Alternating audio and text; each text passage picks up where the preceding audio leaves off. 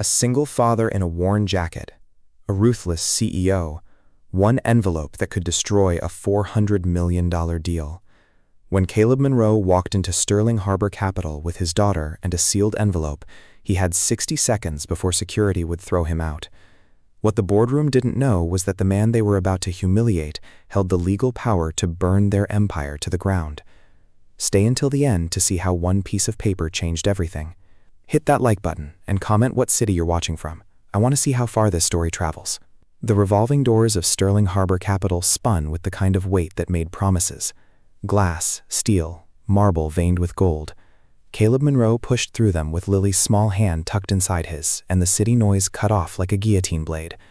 Inside, the silence had teeth. His jacket was wrong. He knew that the moment the lobby air hit him. Too cold, too clean, scented with something that probably cost more per ounce than his monthly grocery bill. The fabric across his shoulders was thin enough that you could see the shape of the t-shirt underneath, and there was a coffee stain near the left pocket that he'd tried to scrub out that morning with dish soap and a dish rag. It hadn't worked. Lily had noticed it at breakfast and asked why Daddy's coat was dirty, and he told her it gave it character. Now, standing in this cathedral of capital, character felt like the wrong currency. "Daddy, it's so shiny," Lily whispered. She was 6. Her sneakers squeaked against the marble, pink with cartoon rabbits on the sides. One of the laces had come untied. "Yeah, baby, real shiny." The reception desk stretched 30 feet across the back wall like the bench in a courtroom. Behind it sat a woman whose hair was pulled so tight it looked painful.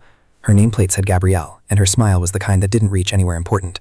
Caleb approached. Lily squeaked beside him. "Can I help you?" Gabrielle's eyes did a scan. Jacket, jeans, the little girl. Back to the jacket. The smile thinned. "I need to see Vivian Hart." "Do you have an appointment?" "No, but Miss Hart doesn't take walk-ins." The words came out smooth, practiced. She'd said them before many times. Caleb shifted the envelope in his hand, legal-sized, thick paper sealed with red wax that had cracked a little during the subway ride. "It's about the Meridian deal, the signing today." Something changed in Gabrielle's face. Not much, a slight tightening around the mouth. "And you are Caleb Monroe?" She typed on her keyboard, eyes flicking across the screen. Waited, typed again. "I don't see you on any vendor list. Are you a contractor?" "I'm a trustee." "A trustee?" "That's right." Gabrielle leaned back in her chair. The leather made a soft, expensive sound. "Sir, the Meridian signing is a closed session. Board members and executive staff only. If you have business with Sterling Harbor, you'll need to schedule through the appropriate channels. I have documents that need to reach Vivian Hart before she signs anything." Caleb's voice stayed level, but something in his chest was starting to tighten. He'd known this wouldn't be easy. He'd known they'd try to brush him off. But standing here with Lily's hand in his, watching this woman look at him like he'd tracked mud across her perfect floor, the exhaustion of the last 72 hours started pressing down hard. "It's urgent." "I'm sure it is." Gabrielle picked up her phone, pressed a button. "Security to reception, please." "Wait, sir. I'm going to have to ask you to leave." Lily tugged his hand. "Daddy, it's okay, sweetheart." He squeezed her fingers, looked back at Gabrielle. "Just let me explain." Security's on their way. 2 men in dark suits materialized from a door Caleb hadn't noticed. They moved like they'd done this before. Smooth, casual, but with a kind of readiness that made it clear they could stop being casual real quick if they needed to. The taller one had a scar through his left eyebrow. The other one had hands the size of catcher-smiths. "This gentleman was just leaving," Gabrielle said. Scarred Eyebrow stepped forward. "Sir, I'm going to need you to come with me. I'm not trying to cause trouble." Caleb didn't move. "I just need 5 minutes with Vivian Hart." "Miss Hart is in a private meeting. I know the Meridian signing. That's why I'm here." Catcher-smiths moved to Caleb's other side. They were boxing him in, casual but deliberate.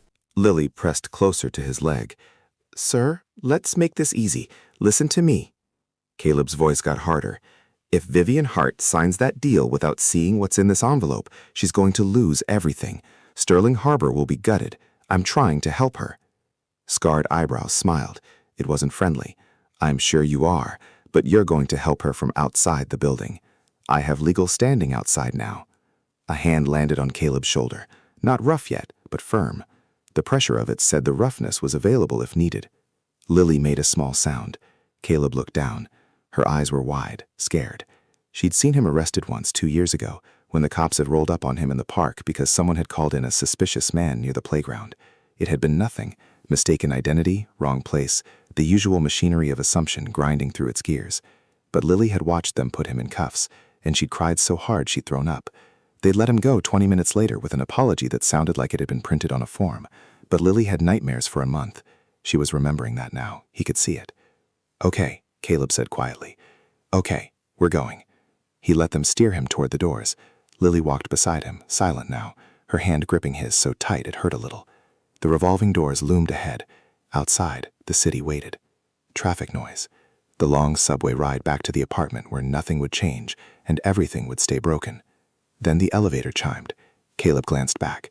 The door slid open and a woman stepped out. She was tall, taller than she'd looked in the photos he'd found online. Mid-30s, dark hair pulled back in a way that made her cheekbones sharp, wearing a suit that probably cost what he made in 3 months. Her heels hit the marble with the kind of sound that made people's spines straighten. Vivian Hart. She was talking to someone. A man in a gray suit, balding, carrying a leather portfolio. They were mid-conversation, something about finalization, timelines, and regulatory approval. Her voice was clipped, efficient. She moved like someone who didn't waste steps. Caleb stopped walking. Scarred eyebrows hand tightened on his shoulder. "Sir, Vivian Hart." Caleb's voice cracked across the lobby like a whip. Everything stopped. Vivian turned. So did Graysuit. So did Gabrielle. So did a handful of other people who'd been crossing through the space, all of them freezing mid-step like someone had hit pause. Vivian's eyes found Caleb. Did the same scan Gabrielle had done. Jacket, jeans, Lily, envelope. Her expression didn't change, but something flickered in her gaze. Calculation. Assessment. "Who are you?" her voice carried. "My name is Caleb Monroe. I need 2 minutes of your time." "Miss Hart, we're handling this," Scarred Eyebrow said. Vivian ignored him. She walked closer, heels clicking. Graysuit followed. She stopped 10 feet away, and Caleb could smell her perfume. Something subtle, probably French, the kind of scent that whispered instead of shouted. "How did you get in here?" she asked. "I walked through the front door. Security should have stopped you. They're trying to now." Her eyes went to the envelope in his hand. "What is that?" "Documents you need to see before you sign the Meridian deal." Something shifted in Vivian's face. Not much. A tightening around the eyes. "The Meridian deal is none of your concern." "It is, actually." "And why would that be?" Caleb met gaze, held it. "Because I'm a controlling trustee of the Monroe Family Trust, and according to the terms of the original acquisition agreement from 1987, any sale of assets valued over $50 million requires trustee approval. You're about to sell the Meridian Hospital Division for $400 million. Without my signature, that deal dies." Silence. Vivian stared at him. Graysuit's mouth had folded open slightly. Gabrielle had stopped breathing. Then Vivian smiled. It was the coldest thing Caleb had ever seen. "You're a trustee," she said softly. "That's right. Of the Monroe Family Trust." "Yes. And you came here dressed like that? With your daughter? To threaten me?" "I'm not threatening anyone. I'm trying to warn you." Vivian's smile widened. "Security. Call the police." "What?" "You heard me." She looked at Scarred Eyebrow. "This man is trespassing and attempting to interfere with a legally binding corporate transaction. I want him arrested." "Miss Hart." Graysuit started. "Do it, Marcus." Her voice was ice. Caleb's pulse kicked. "You need to listen to me." "I don't need to do anything." Vivian stepped closer, close enough that he could see the tiny flecks of gold in her brown eyes. "I've been running this company for 6 years. I've closed deals worth billions. I've sat across tables for men who'd eat you for breakfast and still have room for lunch. And you think you can walk in with a cheap jacket and a sob story and shake me down? I'm not shaking you down. Then what do you call this?" "I call it trying to stop you from making the worst mistake of your life." Vivian's jaw tightened. For a second, just a second, something crossed her face that looked almost like doubt. Then it was gone, buried under layers of granite. "Marcus," she said, not looking away from Caleb, "get him out of my building." Graysuit. Marcus shifted uncomfortably. "Vivian, maybe we should at least look at—" "No, but if there's any validity to his claim, there isn't." She finally broke eye contact with Caleb, turning to Marcus. "This is a stall tactic, someone trying to disrupt the signing. Maybe a competitor, maybe just a lunatic. Either way, I'm not playing along." Scarred Eyebrow had his phone out now, talking low into it. Caleb caught the words police and trespassing and possible security threat. Lily was shaking. "Daddy," she whispered. Caleb crouched down, still holding the envelope, putting himself at eye level with his daughter. "Hey, it's okay. We're okay. They're being mean to you. Sometimes people are mean when they're scared." "Is she scared?" Caleb glanced up at Vivian. She was watching them with an expression he couldn't read. "Yeah, baby, I think she is." "Sir, you need to stand up." Catcher Smits was back, looming. Caleb straightened, kept Lily close. "Just look at the documents. That's all I'm asking. I don't take orders from you." Vivian's voice was flat. "It's not an order. It's a request." Denied. There's fraud buried in this deal. The hospital division is being sold for a fraction of what it's worth, and your CFO knows it. Derek Voss has a relationship with the buyer that he hasn't disclosed. If you sign this, you're not just losing money.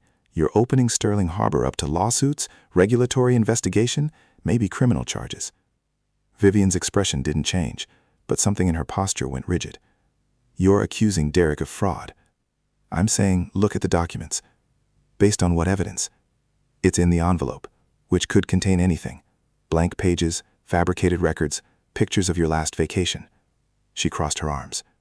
You think I'm stupid enough to fall for this? I think you're smart enough to cover your bases. My bases are covered. Are they? Caleb's voice got quieter, more intense. You've spent 6 years building Sterling Harbor into what it is. You've worked 80-hour weeks, sacrificed relationships, sleep, probably your health. You've made this company your life, and now you're going to throw it all away because you're too proud to spend 5 minutes reading an envelope? Vivian's eyes flashed. You don't know anything about me. I know you're about to lose everything. Get him out of here. Hands grabbed Caleb's arms, scarred eyebrow on one side, catcher's mitts on the other. They weren't gentle this time. Lily yelped as she was jostled. Don't touch her. Caleb yanked his arm free, putting himself between Lily and the guards. The envelope fell. Hit the marble with a slap. Daddy, I'm right here, baby. I'm right here. Sir, do not resist. Scarred eyebrow's voice was hard now. I'm not.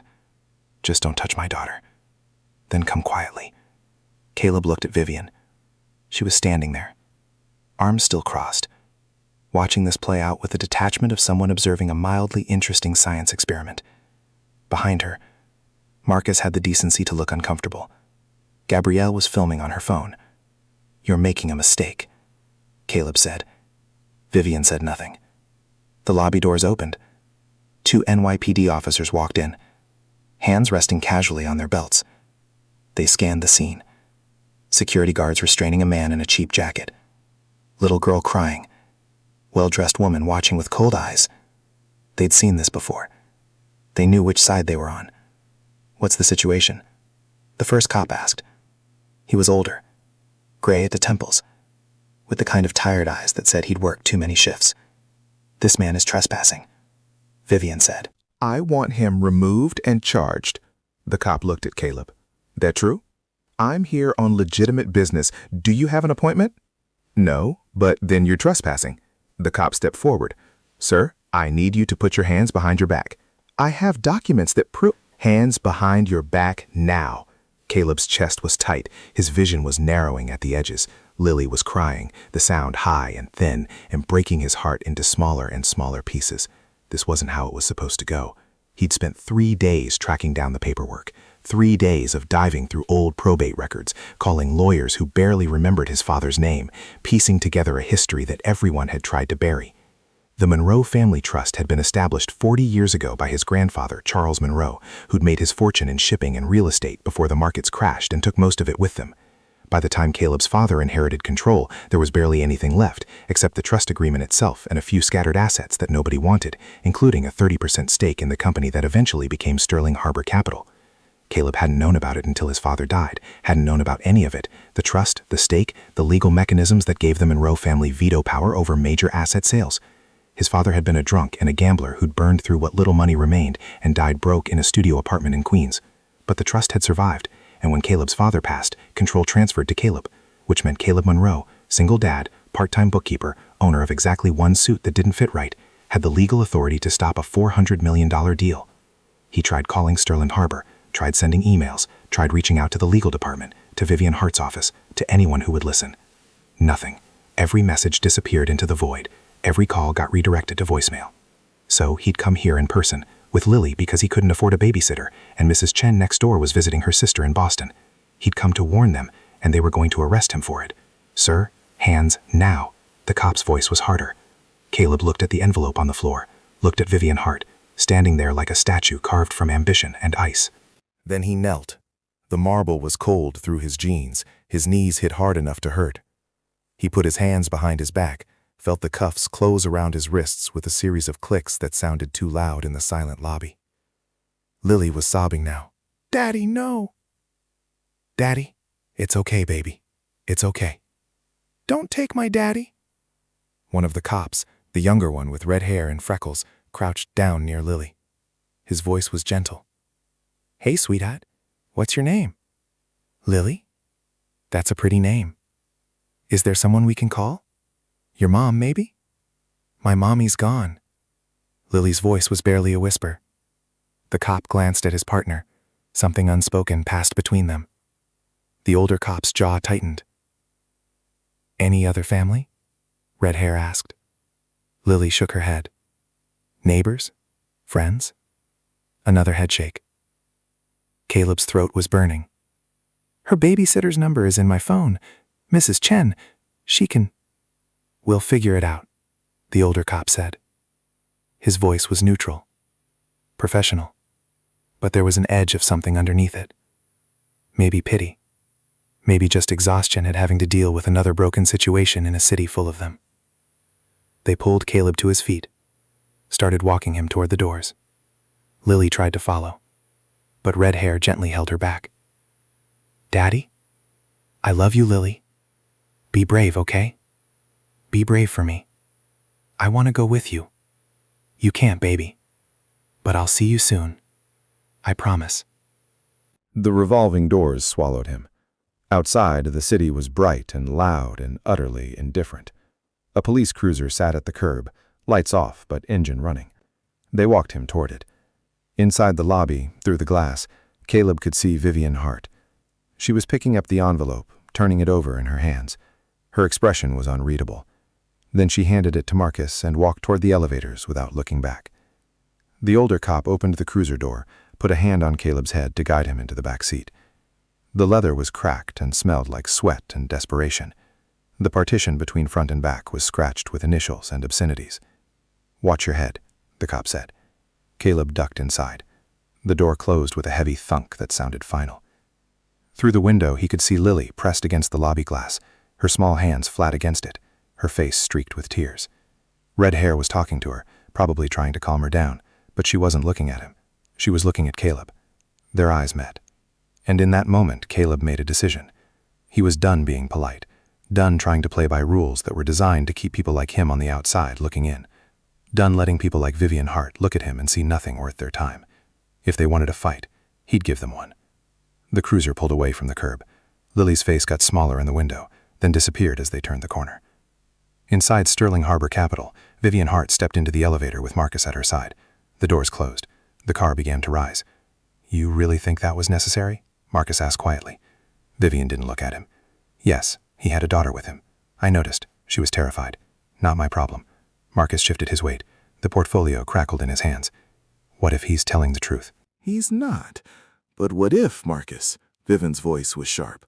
We've been working on this deal for 8 months. 8 months of negotiations, due diligence, legal review. Derek's team has been over every inch of it. The board approved it unanimously. We're 20 minutes away from signing and closing the biggest transaction in this company's history. And you want me to blow it up because some random guy in a coffee-stained jacket walked in with an envelope? I want you to be careful. I am being careful.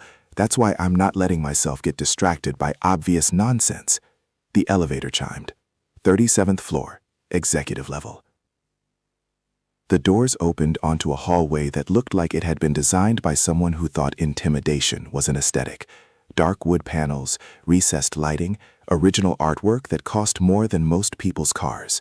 At the end of the hall, glass doors led to the boardroom. Silence. Wire-rimmed glasses looked at Vivian. Is this true? Of course it's not true, Derek said. His voice was smooth, certain. This is a disruption tactic. Someone's trying to kill the deal. I have the trust documents right here, Helena said, along with a filed notice of legal standing and a prepared injunction that will freeze all Sterling Harbor accounts the moment you attempt to execute the wire transfer. Wire-rimmed glasses stood up. I need to see those documents. Who are you? Helena asked. Robert Chen, Buyer's Counsel. Helena handed him the folder. Chen sat back down and started reading. The room watched him. Caleb could hear someone's watch ticking. Or maybe it was his own pulse. Chen read for what felt like an hour, but was probably 2 minutes. Then he looked up at Vivian. This is legitimate, he said. What? Vivian's voice was sharp. The trust agreement is valid. The equity stake is registered. The veto provisions are enforceable. Chen caused the folder. I'm sorry, Miss Hart, but we can't proceed without trustee consent. That's ridiculous. It's the law. Derek leaned forward. Robert, let's not get ahead of ourselves. We need to verify the documents, check the signatures, make sure everything's... I just did, Chen said. It's real. Vivian turned to look at Caleb. Her eyes were hard enough to cut glass. You did this. I tried to warn you, Caleb said. You tried to sabotage me. I tried to stop you from making a mistake. The only mistake here is letting you back in this building. Vivian looked at Helena. How much? I'm sorry. How much do you want to go away? To sign off on the deal. To stop wasting everyone's time. Vivian's voice was ice-cold calm. Name your price. Helena smiled. We're not here for money, Miss Hart. Everyone's here for money. Not today. Then what do you want? The truth. Helena glanced at Derek. Starting with Mr. Voss's relationship to the buyer. Derek's expression didn't change, but something in his posture shifted. Just a fraction, just enough. I don't have a relationship with the buyer, he said. Really? Because my associates did some digging this morning, and it turns out the private equity firm purchasing Meridian, Blackstone Ventures, has a managing partner named Richard Voss, your brother. The room went still. Vivian turned slowly to look at Derek. Your brother? Half-brother, Derek said. We're not close. But you didn't disclose this because it's not relevant. Richard and I haven't spoken in 5 years. We don't have a relationship. I didn't even know Blackstone was bidding until after they were selected. How convenient, Helena said. It's the truth. Is it? Because phone records show 17 calls between you and Richard in the last 6 months. Derek's face went pale. Those were personal calls. About a $400 million transaction your half-brother just happened to be involved in. I didn't influence the bidding process. Then why hide the connection? I wasn't hiding anything. Derek's voice was getting louder. I recused myself from the selection committee. I disclosed the relationship to legal. You disclosed that you had a half-brother named Richard. You didn't mention he worked for Blackstone. You didn't mention you'd been in contact. Elena pulled out another document. And you definitely didn't mention that you own a 3% stake in Blackstone Ventures through a shell company registered in Delaware. The silence that followed was absolute. Vivian was staring at Derek like she'd never seen him before. Tell me that's not true. Derek opened his mouth, closed it, opened it again. It's complicated. It's a yes or no question. Yes, I own a stake in Blackstone, but it's passive. I'm not involved in their operations. I don't have any control. You have a financial interest in the buyer. Vivian's voice was very quiet. You're profiting from this deal. Everyone's profiting from this deal. That's the whole point. I'm profiting as CDO of Sterling Harbor. You're profiting as CFO and as a hidden investor in the company buying our assets. That's fraud, Derek. It's not fraud. It's a legitimate investment I made years ago. When? What? When did you buy the stake in Blackstone? Derek hesitated. 2 years ago. 2 years. Vivian's face was white. We started discussing the Meridian divestiture 2 years ago. That's a coincidence, is it? Or did you buy into Blackstone specifically so you could steer this deal in their direction? I didn't steer anything. Then why is Meridian being sold for $400 million when independent appraisals put it at $900? The room erupted. Robert Chen was on his phone. The other people at the table, board members Caleb realized, were talking over each other. Marcus had his head in his hands. Derek stood up, his chair scraped back hard. Those appraisals are outdated. The real estate market's changed. The regulatory environment's different. $400 million is a fair price. For who? Vivian's voice cut through the noise like a blade. For Sterling Harbor? Or for your brother's firm that gets to buy $1 billion asset at half price and flip it for a fortune? You're being paranoid. Am I? Because right now it looks like you've been planning this for years. Buy into Blackstone, wait for the right moment, push for the Meridian sale, make sure your brother's firm gets selected, structure the deal so we take a loss and they make a killing. Vivian stepped closer to Derek. How much were you going to make on this? 10 million? 20? What's the price tag for betraying the company you claim to care about? Derek's face was red. No, I built this company with you. I worked 80-hour weeks. I sacrificed everything so you could cash out at our expense. You don't know what you're talking about. Then explain it to me. Explain the phone calls. Explain the hidden stake. Explain why you fought so hard to keep the sale price low. I didn't. Skin. You told me 9 months ago that we should sell Meridian before the market softened. You said regulatory changes were coming that would devalue hospital assets. You scared the board into thinking we had a narrow window.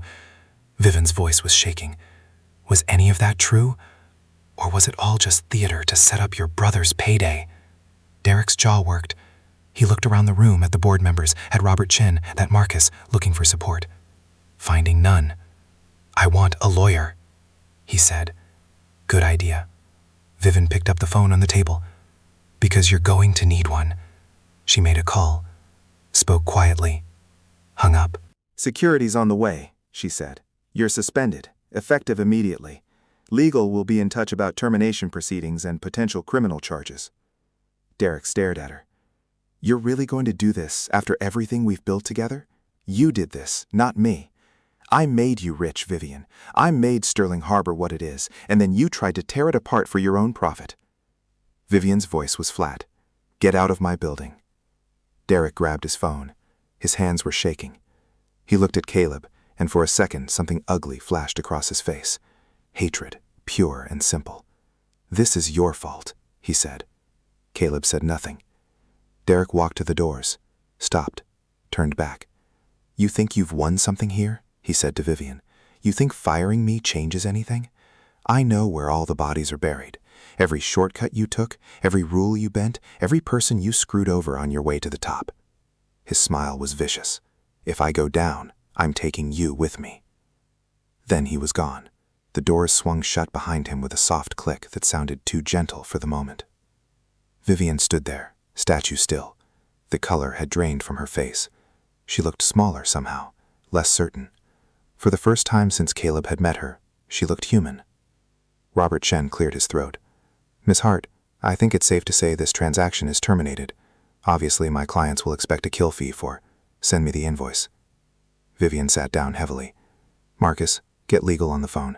I want a full audit of every deal Derek touched in the last 5 years. I want his communications pulled. I want to know everyone he talked to, everything he promised, every dollar he moved. On it, Marcus said quietly. Vivian looked at the board members. I need the room. They left quickly, heads down, not meeting her eyes. Robert Chen followed them out. Marcus hesitated at the door. You want me to stay? He asked. No, Vivian. I said no. Marcus glanced at Helena, then at Caleb, then he left. The boardroom was suddenly very quiet. Just Vivian at one end of the table, Helena and Caleb at the other. The city stretched out beyond the windows, indifferent to all of it. Vivian was staring at the documents spread in front of her. Months of work, 8 months of negotiations and planning and late nights. All of it contaminated now, all of it worthless. How did I miss it? She said softly. Helena sat down. Because you trusted him. I should have seen it. He was good at hiding it. Not good enough. Vivian looked up. Her eyes were red-rimmed. You knew from the beginning? I suspected. How? Because men like Derek Voss don't change. 20 years ago, he tried the same thing at a firm in Boston. Got caught, got fired, disappeared for a while, changed his name. He was Derek Vaughn back then, rebuilt his reputation, worked his way into your company. Helena's voice was matter-of-fact. People like him always think the next score will be the last one, that they'll get away with it this time. Why didn't you tell me earlier? Would you have believed me? Vivian was quiet for a moment. Then she shook her head. No. Exactly. Vivian stood up, walked to the windows, pressed her palm against the glass. I almost lost everything. But you didn't. Only because he showed up. Vivian turned to look at Caleb. Why? Caleb had been silent this whole time, standing near the door, trying to make himself invisible. Now both women were looking at him. I told you, he said. The hospitals matter. That's it. That's the whole reason my daughter broke her arm last year. We went to Meridian because it was the only place that would take our insurance. The doctors were kind. They didn't rush her. They made sure she wasn't scared. Caleb's voice was steady. 2 months later, I heard Sterling Harbor was selling the division. I started digging. Found out what Derek was doing. Found out about the trust. He paused. I couldn't let it happen. Vivian studied him. You risked arrest. You dragged your daughter into it. You went up against a company with lawyers and money and power for a hospital you don't even work at. Yeah, that's insane. Maybe it's also, Vivian trailed off, looked away. It's more than most people would do. Most people aren't desperate enough. Is that what you are? Desperate? Caleb thought about it. About the apartment in Queens, with the radiator that only worked half the time. About the job that paid just enough to keep them fed, but not enough to build anything resembling security. About Lily's question last week. Daddy, are we poor? And the way his heart had broken trying to find an answer that was honest, but not crushing. Yeah, he said. I'm desperate. Vivian turned back to the windows. I grew up in Newark. My dad worked at a factory. My mom cleaned houses. We lived in a 2-bedroom apartment with 7 people. I shared a bed with my sister until I was 16. Her voice was distant. I got a scholarship to Rutgers. Worked 3 jobs to cover what the scholarship didn't. Slept 4 hours a night. Graduated top of my class. Got into Wharton for my MEA. Took out loans I'm still paying off. She paused. I built Sterling Harbor because I was desperate too. Desperate to never go back to that apartment. Desperate to prove I belonged in rooms where men like Derek thought I should be serving coffee. Desperate to matter. She laughed, but it sounded broken. And somewhere along the way, I forgot why I was doing it. Forgot what it felt like to be on the outside. Forgot that people like you existed. Caleb didn't say anything. Vivian wiped her eyes, turned around. I owe you an apology. You don't? Yes, I do. I judged you, dismissed you, called the cops on you in front of your daughter. Her voice cracked. I treated you like you were nothing because you looked like someone who didn't matter, and I was wrong. Okay, that's it? Okay, what do you want me to say? I want you to be angry. I want you to tell me what a terrible person I am. I want... Vivian stopped. I don't know what I want. Helena stood up. What you want is to fix this. Reopen the bidding process. Get a fair price for Meridian. Make sure those hospitals stay operational. Vivian nodded slowly. Yeah, that's what I want. Good. Then we'll work together. Why would you help me? Because despite being an arrogant, ruthless, occasionally insufferable executive, you're not actually a bad person. You're just someone who got lost. Helena smiled slightly. I've seen worse. Vivian almost laughed. That's not exactly a ringing endorsement. It's the truth. Take it or leave it. I'll take it. Vivian looked at Caleb. What about you? What do you want? Caleb thought about Lily, about getting back to her, about Mrs. Chen's apartment, and the way Lily would run to him when he walked in, throw her arms around his neck, ask if everything was okay now. I want to go home, he said. That's all. That's enough. Vivian walked over to him, extended her hand. Thank you. Caleb looked at it for a moment, then he shook it. Her grip was firm. Her hand was cold. I need to check on Lily, he said. Of course. Vivian let go. Marcus will get you a car. I can take the subway. No, you can't. Not after what I put you through. She pulled out her phone. Marcus, I need a car for Mr. Monroe. Take him wherever he needs to go. Yes, now. Thank you. She hung up, looked at Helena. Can we meet tomorrow? Start going through the Meridian files? 10 o'clock, my office. I'll be there. Helena picked up her briefcase. Come on, Mr. Monroe. Let's get you home. They walked out of the boardroom together. The hallway was empty. The elevator came quickly. They rode down in silence. In the lobby, Gabrielle wouldn't meet Caleb's eyes. A black town car was waiting at the curb, engine running. Helena opened the door. Where to? Caleb gave her Mrs. Chen's address. The driver nodded and pulled away from the curb. They drove through the city. Traffic was heavy. The sun was starting to sink behind the buildings, throwing long shadows across the streets. Helena worked on her laptop, typing notes. Caleb watched the city slide past. After a while, Helena said, Your father would be proud. He looked at her. You knew him a little. He was a mess, but he loved you. Talked about you every time I saw him. She paused. He wanted better for you than he had for himself. He had a funny way of showing it. Most people do. The car turned onto Mrs. Chen's street. Caleb could see her building up ahead. 6 stories of worn brick, fire escape zigzagging down the front. Home. The driver pulled up to the curb.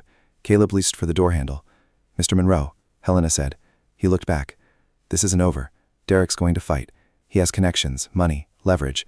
It's going to get ugly. I know. Are you ready for that? Caleb thought about Lily upstairs, probably watching TV with Mrs. Chen, probably worried, even though she'd try not to show it. Thought about the choice he'd made this morning, to walk into Sterling Harbor Capital with an envelope and a prayer. I don't know, he said honestly, but I'm here anyway. Helena smiled. That's all any of us can do, Caleb. Got out of the car. The door closed behind him with a solid thunk.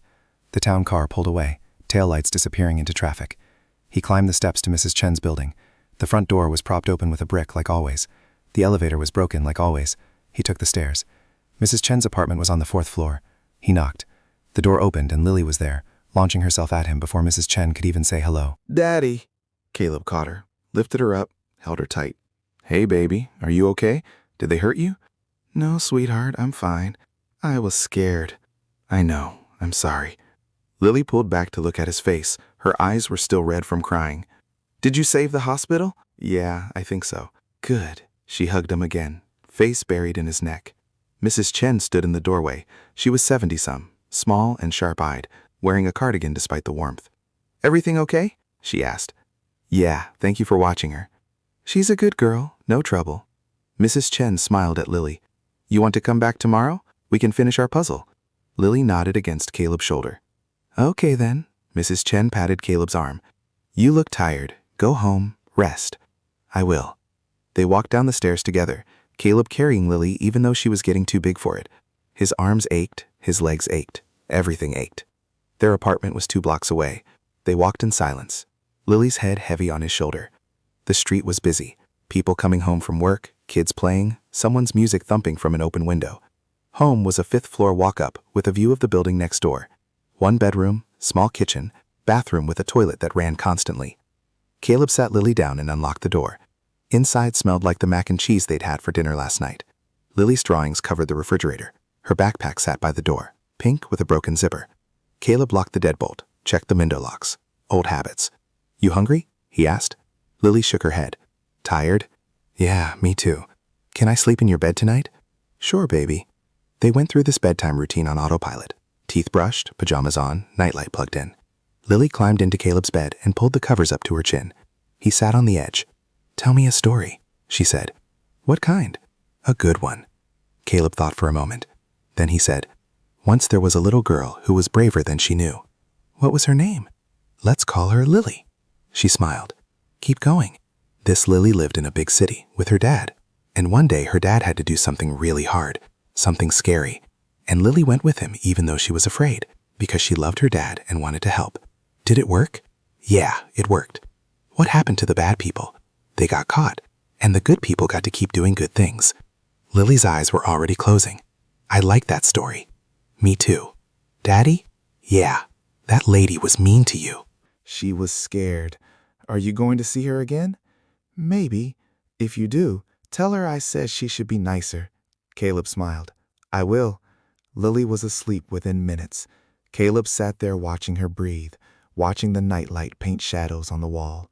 His phone buzzed. A text from Helena. Preliminary injunction filed. Deal officially dead. Well done. He set the phone down, looked around the apartment. The peeling paint, the radiator that clanked, the water stain on the ceiling from the leak upstairs that the landlord kept promising to fix. Nothing had changed. Everything had changed. Caleb stood up quietly, walked to the window, looked out at the city. Millions of lights, millions of lives, everyone fighting their own battles. Somewhere out there, Vivian Hart was probably still at her office, going through files, trying to figure out how she'd missed the betrayal. Somewhere, Derek Voss was probably calling lawyers, planning his defense. Somewhere, Helene Marsh was building her case. And here, in this small apartment in Queens, Caleb Monroe was exactly where he'd started. Through them, Vivian could see Derek Voss standing near the windows talking on his phone. He was 45, with silver hair and a smile that had closed 100 deals. He'd been with Sterling Harbor for 12 years, worked his way up from junior analyst to CFO. He was smart, ruthless, and loyal. Or so she'd thought. There's fraud buried in this deal. Derek Voss has a relationship with the buyer that he hasn't disclosed. Vivian pushed the thought away. Ridiculous. Derek had been transparent throughout the entire process. She'd personally reviewed the conflict of interest disclosures. There was nothing. Still. Marcus, she said quietly. Yeah, that envelope, what did you do with it? Marcus held it up. Got it right here. Give it to me. He handed it over. The wax seal was cracked but still holding. The paper was heavy, expensive. Whoever had prepared this had money, or at least access to a good lawyer. Vivian turned it over in her hands. No return address, just her name written in black ink across the front. Vivian Hart, Chief Executive Officer, Sterling Harbor Capital. The handwriting was neat, careful, masculine. You going to open it? Marcus asked. Vivian looked through the glass doors. Derek had finished his call. He was straightening his tie, checking his reflection in the window, getting ready. The signing was scheduled for 11.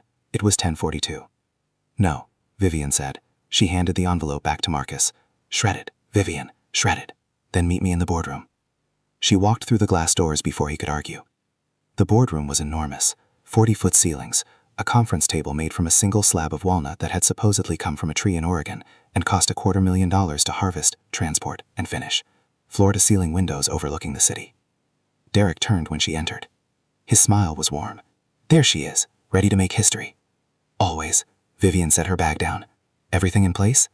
Final documents are printed and ready for signature. Legal standing by. The wire transfer is queued up, executes the moment we sign. He checked his watch. Buyer's attorney should be here in 5 minutes. Good. Derek studied her face. You okay? You seem tense. I'm fine. Because if you're having second thoughts, I'm not. Good, because this is the right move, Vivian. Selling Meridian frees up capital for the Singapore expansion, diversifies our portfolio, and positions us perfectly for the next growth phase. This is exactly what Sterling Harbor needs. Vivian nodded. Everything he was saying made sense. It was the same argument he'd been making for months, the same logic that had convinced the board. So why did her stomach feel tight? Vivian. Derek's voice was softer now. Talk to me. There was a man in the lobby. He tried to stop the signing.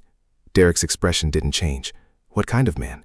Said his name was Caleb Monroe, claimed he was a trustee of some family trust with veto power over the deal. Caleb Monroe. Derek said the name slowly, like he was tasting it. Doesn't ring a bell.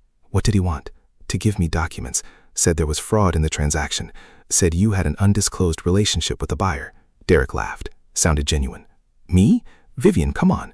You've seen my disclosures. You've reviewed the entire deal structure. There's nothing there. I know. So why bring it up? Because he seemed... Vivian paused, tried to find the right word. Desperate. Of course he did. That's the whole point. Someone, probably a competitor, paid him to come here and rattle you right before the signing. It's a classic move. Make you doubt yourself, make you hesitate, give them time to swoop in with a better offer or tank the deal entirely. You think someone paid him? What else would it be? Some random guy just happens to show up with a sealed envelope full of evidence 20 minutes before we close? Come on, this is corporate sabotage 101. Derek stepped closer, put a hand on her shoulder. Vivian, I've been with you for 12 years. I helped you build this company. I would never, never do anything to hurt Sterling Harbor. You know that. Vivian looked at him, searched his face for any sign of deception, found nothing but sincerity. I know, she said quietly. So let's forget about some desperate con artist in the lobby and focus on what matters. In 15 minutes, we're going to close the deal of a lifetime, and then we're going to take this company to places it's never been. Derek's hand squeezed her shoulder once, then dropped. He walked back to the windows, pulling out his phone again. Vivian stood there for a moment, alone in the massive room. Through the glass door, she could see Marcus in the hallway. He was still holding the envelope. He caught her eye, raised it slightly, a silent question. Vivian shook her head. Marcus hesitated. Then he turned and walked away. Vivian watched him go, told herself she was making the right call, the smart call, but the tightness in her stomach didn't go away. Whack.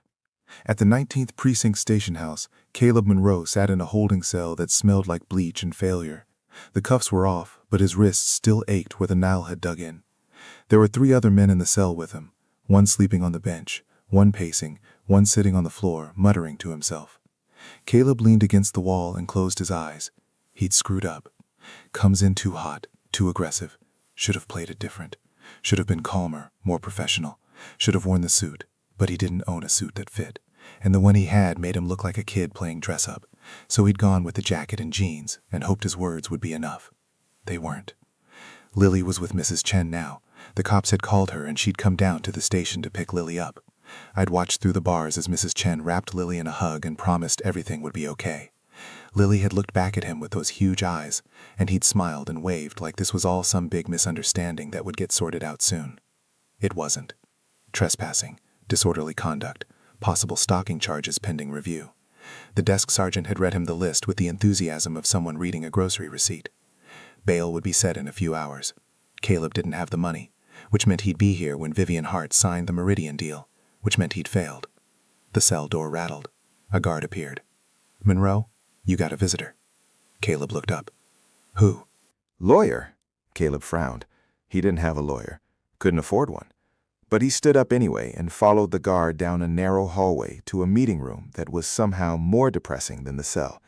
Gray walls, gray table, gray chairs, a window that looked out onto a parking lot full of gray patrol cars. Sitting at the table was a woman in her 60s, white hair cut short, wearing a navy suit and glasses on a chain around her neck.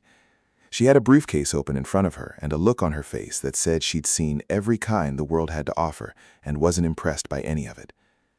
"Mr. Monroe?" she said as Caleb sat down. Her voice was crisp, Eastern Seaboard accent, old money. "My name is Helena Marsh. I'm an attorney with Whitmore & Associates." "I didn't call a lawyer." "I know. Your father did." Caleb blinked. "My father's dead." "Yes, for 2 years now." Helena pulled a folder from her briefcase. "But before he passed, he retained our firm to handle certain contingencies related to the Monroe Family Trust. One of those contingencies was the sale of the Meridian Hospital Division by Sterling Harbor Capital." "He knew about this?"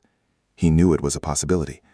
Sterling Harbor has been trying to divest non-core assets for years. Your father set up a series of alerts, legal tripwires essentially, that would notify us if certain conditions were met. 3 days ago, those conditions were met. Sterling Harbor filed notice of intent to sell Meridian, which triggered the trust provisions, which brought me here." Caleb's head was spinning. "My father set this up?"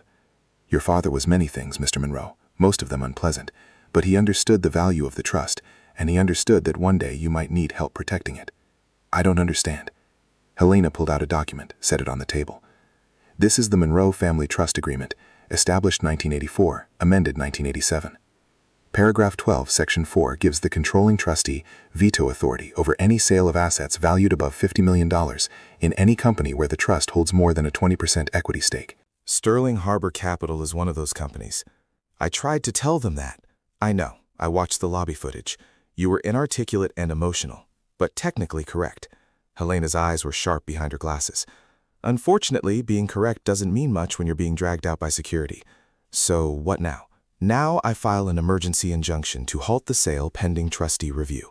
I have a judge on standby. The moment Sterling Harbor tries to close that deal, we shut it down." Caleb stared at her. "You can do that?" "I can. The question is, do you want me to?" "Of course I do. That's why I went there." "Why?" "Why? What? Why do you care?" Helena leaned forward.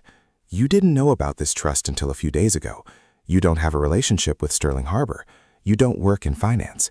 You're a bookkeeper in Queens who spends his days counting other people's money and his nights raising a daughter alone. This deal doesn't affect you personally. So why risk arrest? Why drag your child into it? Why fight so hard for something that frankly has nothing to do with your life?" Caleb was quiet for a long moment. Then he said, "Because it's wrong." Helena tilted her head. "Elaborate." "The Meridian Hospital Division isn't just some asset on a balance sheet. It's 3 hospitals in underserved neighborhoods. It's the only level 1 trauma center in East Brooklyn. It's a children's wing that treats kids who can't afford to go anywhere else." Caleb's voice got harder. "And Derek Voss is selling it to a private equity firm for $400 million when it's worth at least twice that. They're going to strip it for parts, sell the real estate, shut down the unprofitable units, which means the trauma center, which means the children's wing, and turn what's left into boutique medical facilities for people who can pay cash. And you know this how? Because I've been doing the research. I pulled property records. I looked at the buyer's portfolio. I talked to people who work at Meridian. I put it together." Helena studied him. "You're smarter than you look." "Thanks, I think. But intelligence without leverage is just noise.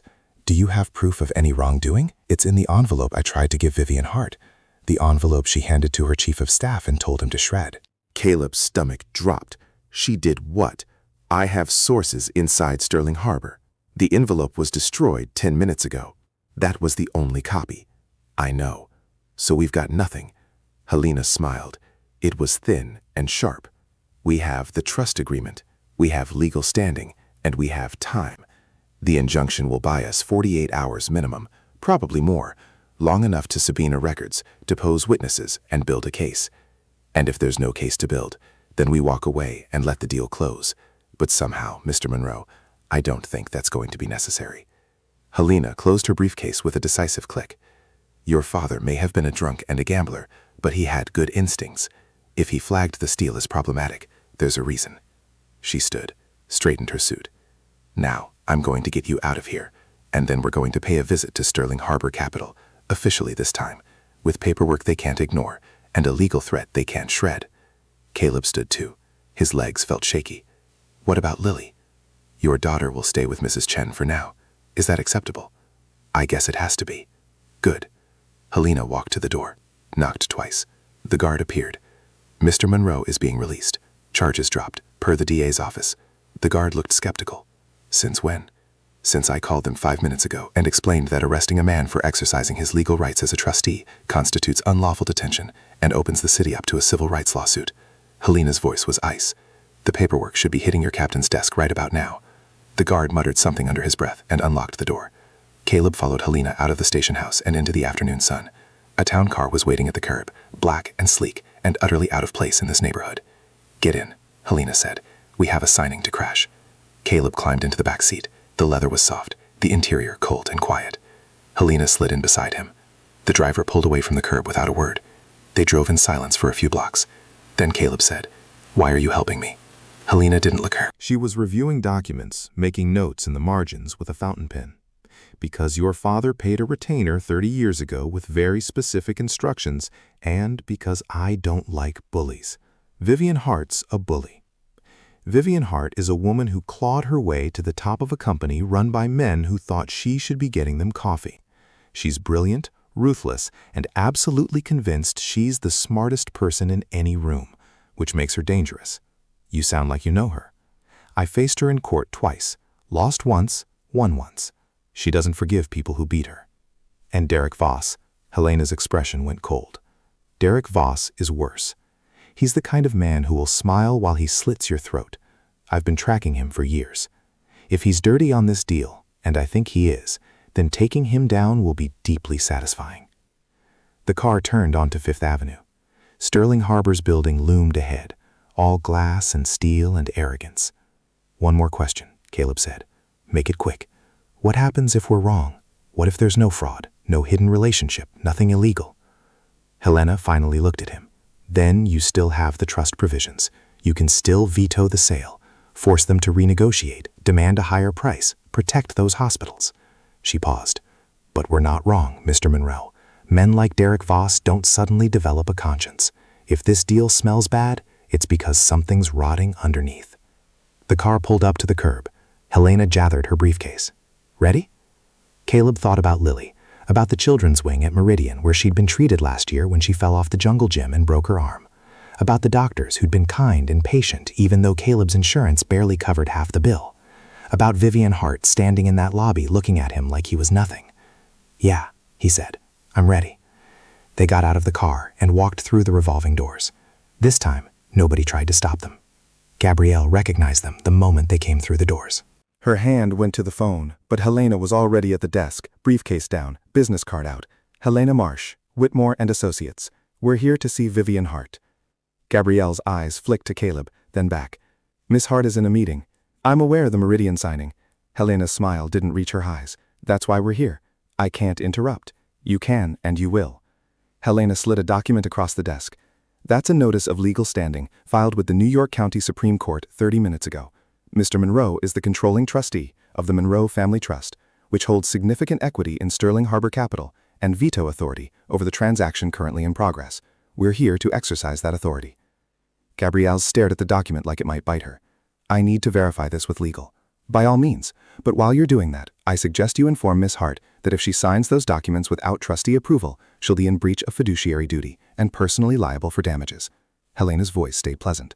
The clock's ticking. Gabrielle picked up the phone. Her hand was shaking slightly. She spoke in low tones, listened, spoke again, hung up. Someone will be down, she said. Good. They waited. Caleb stood next to Helena, feeling every eye in the lobby on him. A few people whispered. One guy in a suit took a photo with his phone before security made him delete it. The seconds crawled past like wounded things. Then the elevator chimed. Marcus stepped out. He looked tired, more tired than he had an hour ago, like the weight of the morning was starting to press down. He saw Helena and something crossed his face. Recognition maybe, or resignation. Ms. Marsh, he said. It's been a while. Marcus, Helena's tone was cordial. Still playing cleanup for people who should know better. still tilting at windmills. Only the ones worth knocking down. She gestured to Caleb. I believe you've met my client. Marcus looked at Caleb. There was something in his eyes that might have been sympathy. Yeah, we've met. He turned back to Helena. You really want to do this? I really do. Vivian's not going to stop the signing. Then she's going to have a very expensive problem on her hands. Marcus rubbed his face, let out a long breath. Come with me. They rode the elevator in silence. Marcus stood in the corner, arms crossed, watching the floor numbers climb. Caleb could feel the tension rolling off him in waves. When they hit the 37th floor, Marcus didn't move right away.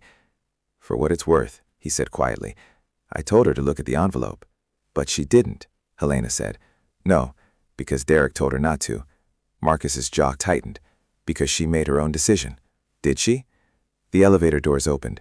Marcus walked out without answering. The hallway was empty except for a young woman in a gray dress standing outside the boardroom doors. She had a tablet in her hands and the look of someone who'd been told to guard something, but wasn't sure what.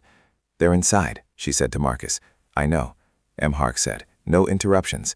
This isn't an interruption. This is a legal intervention. Helena walked past her and pushed through the glass doors. The boardroom was exactly what Caleb had imagined. Too big, too expensive, too designed to make people feel small. The table stretched like an airport runway. The window showed the city spread out below like a map of conquered territory. At the far end, Vivian Hart sat with Derek Voss and 3 other people Caleb didn't recognize. Documents were spread across the table. A man in wire-rimmed glasses was walking through a page, pointing at signature lines. Everyone looked up when Helena entered. Vivian's expression went from annoyed to furious in the space of a heartbeat. What the hell is this? She said. She, Miss Hart. Helena set her briefcase on the table.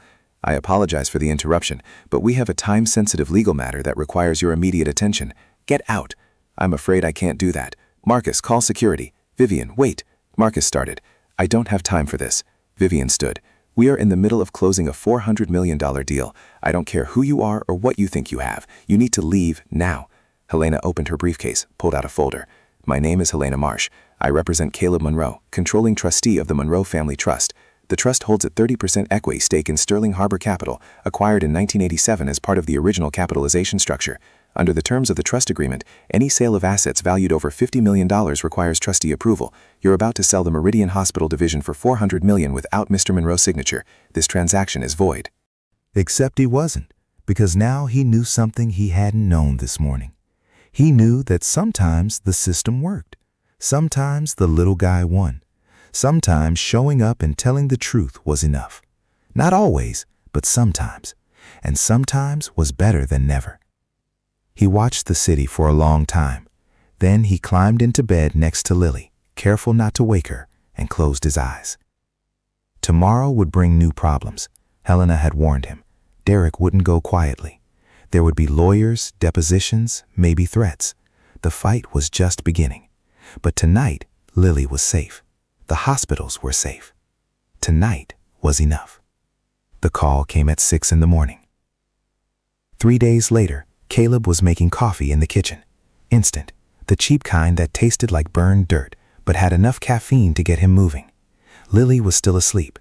The apartment was quiet, except for the radiator's familiar clank and the traffic noise drifting up from the street. His phone buzzed against the counter. Helena's name on the screen. Yeah, he said, voice rough from sleep. We have a problem. Helena didn't bother with pleasantries. Derek filed a countersuit last night. He's claiming wrongful termination, defamation, and tortious interference with business relationships. He's asking for $50 million in damages. Caleb set down his mug. $50 million? From Sterling Harbor primarily, but he's named you personally in the tortious interference claim. Says you conspired with me to destroy his reputation and sabotage a legitimate business transaction. That's insane. That's litigation. Helena's voice was clipped, efficient. He also leaked the story to the press. Wall Street Journal ran it this morning. Sterling Harbor CFO claims setup in failed hospital. He's painting himself as the victim. Caleb walked to the window. Outside, the city was waking up. Lights coming on in windows. People heading to subway stations. Delivery trucks double parked with their hazards blinking. What does this mean? He asked. It means Derek's going on offense. He's not trying to win the lawsuit. He's trying to make the fight so expensive and ugly that Sterling Harbor settles, pays him to go away quietly. Will they? Vivian says no, but the board's getting nervous. They're worried about the publicity, the legal costs, the distraction. Helena paused. There's a meeting this afternoon, emergency session. The board's going to vote on whether to settle or fight. What do you need from me? I need you to be ready. If the board votes to fight, Derek's going to come after you hard. Depositions, subpoenas, maybe criminal referrals if he can convince a prosecutor there's something there. There's nothing there. I know that, you know that, but Derek's lawyers are going to dig through your life looking for anything they can use. Unpaid parking tickets, old tax returns, anything that makes you look unreliable or dishonest. Her voice softened slightly. I need to ask you something, and I need you to be honest. Is there anything in your past that could hurt us? Caleb thought about the arrest 2 years ago in the park, the mistaken identity thing. It had been cleared, expunged even, but records had a way of surfacing when people went looking. Nothing that matters, he said. That's not the same as nothing. I was arrested once. Cops thought I matched a description. They let me go 20 minutes later. It's not on my record anymore, but it happened. Yeah. Helena was quiet for a moment. Okay, I can work with that. Anything else? No? You're sure? I'm sure. Good. Stay by your phone today. I'll call you after the board meeting. She hung up before he could respond. Caleb stood there with the phone in his hand, watching the city. The coffee was getting cold on the counter. His stomach felt tight. Behind him, Lily's door opened. She shuffled out in her pajamas, hair sticking up in a dozen directions, rubbing her eyes. Who are you talking to? She asked. Work stuff. You sounded worried. I'm okay. She looked at him with those two knowing eyes, 6 years old and already fluent in reading the things he didn't say. Are the bad people still being bad? Caleb crouched down to her level. Some of them, yeah, but we're going to stop them. Promise? He wanted to tell her everything would be fine, that the good guys always won, that truth and justice prevailed, but she was getting old enough to know when he was lying. I'm going to try really hard, he said instead. That seemed to satisfy her. She hugged him quick and fierce, then went to the cabinet looking for cereal. Caleb made her breakfast, got her dressed, walked her to school, holding her hand, the same route they took every morning. At the gate, she turned back to him. Daddy? Yeah, baby. If you have to go away again, can you tell me first? His chest hurt. I'm not going anywhere. But if you do, I'll tell you first. I promise. She nodded, adjusted her backpack, ran off to join her friends on the playground. Caleb watched until she disappeared into the building. Then he walked to the subway, rode it to the office where he did bookkeeping for a printing company in Midtown. The work was mindless, reconciling invoices, tracking expenses, making sure the numbers added up. Normally, a boredom. Today, he was grateful for the distraction, but he couldn't stop checking his phone. At 2, Helena called. How bad? He asked. Mixed. The board voted 5-3 to keep fighting, but the 3 who wanted to settle are influential. They're putting pressure on Vivian to reconsider. Where does she stand? She wants blood. She's furious. I've never seen her like this. Helena's voice carried something that might have been approval. But fury doesn't win lawsuits. Evidence does. We need to prove Derek's fraud, and we need to do it fast before the board loses its nerve. What do you need? Access to Derek's communications. Emails, texts, phone records. The legal team at Sterling Harbor is going through everything, but they're slow. Corporate lawyers always are. She paused. There might be another way. I'm listening. Derek had an assistant, a woman named Jennifer Park. She worked for him for 7 years. Very loyal, very competent. She was let go yesterday, part of the house cleaning after Derek's suspension. You think she'll talk? I think she's angry about being fired and might have information worth hearing. But she won't talk to me. I'm the enemy now, corporate lawyer attacking her boss. Helena's voice got quieter. She might talk to you. Why would she trust me? Because you're not a lawyer. You're not part of the system. You're just a guy trying to do the right thing. Helena gave him an address in Brooklyn. She agreed to meet you at a coffee shop, 3 o'clock. Don't push her. Just listen. If she has something, she'll share it. And if she doesn't, then we're back to grinding through documents and hoping we find the smoking gun before Derek's lawyers bury us in motions. Caleb checked the time. 2:15. I'll be there. He left work early, told his boss he had a family emergency, took the train to Brooklyn, got off at Prospect Heights, found the coffee shop tucked between a yoga studio and a vintage clothing store, the kind of place that served $6 lattes and had furniture that looked deliberately uncomfortable. Jennifer Park was sitting in the back corner, hands wrapped around a mug, staring at nothing. She was maybe 30, Asian, dressed in jeans and a sweater that looked expensive but worn. Her eyes were red. Caleb bought a coffee he didn't want and walked over. Jennifer. She looked up. You're Caleb Monroe. Yeah. Sit down. He sat.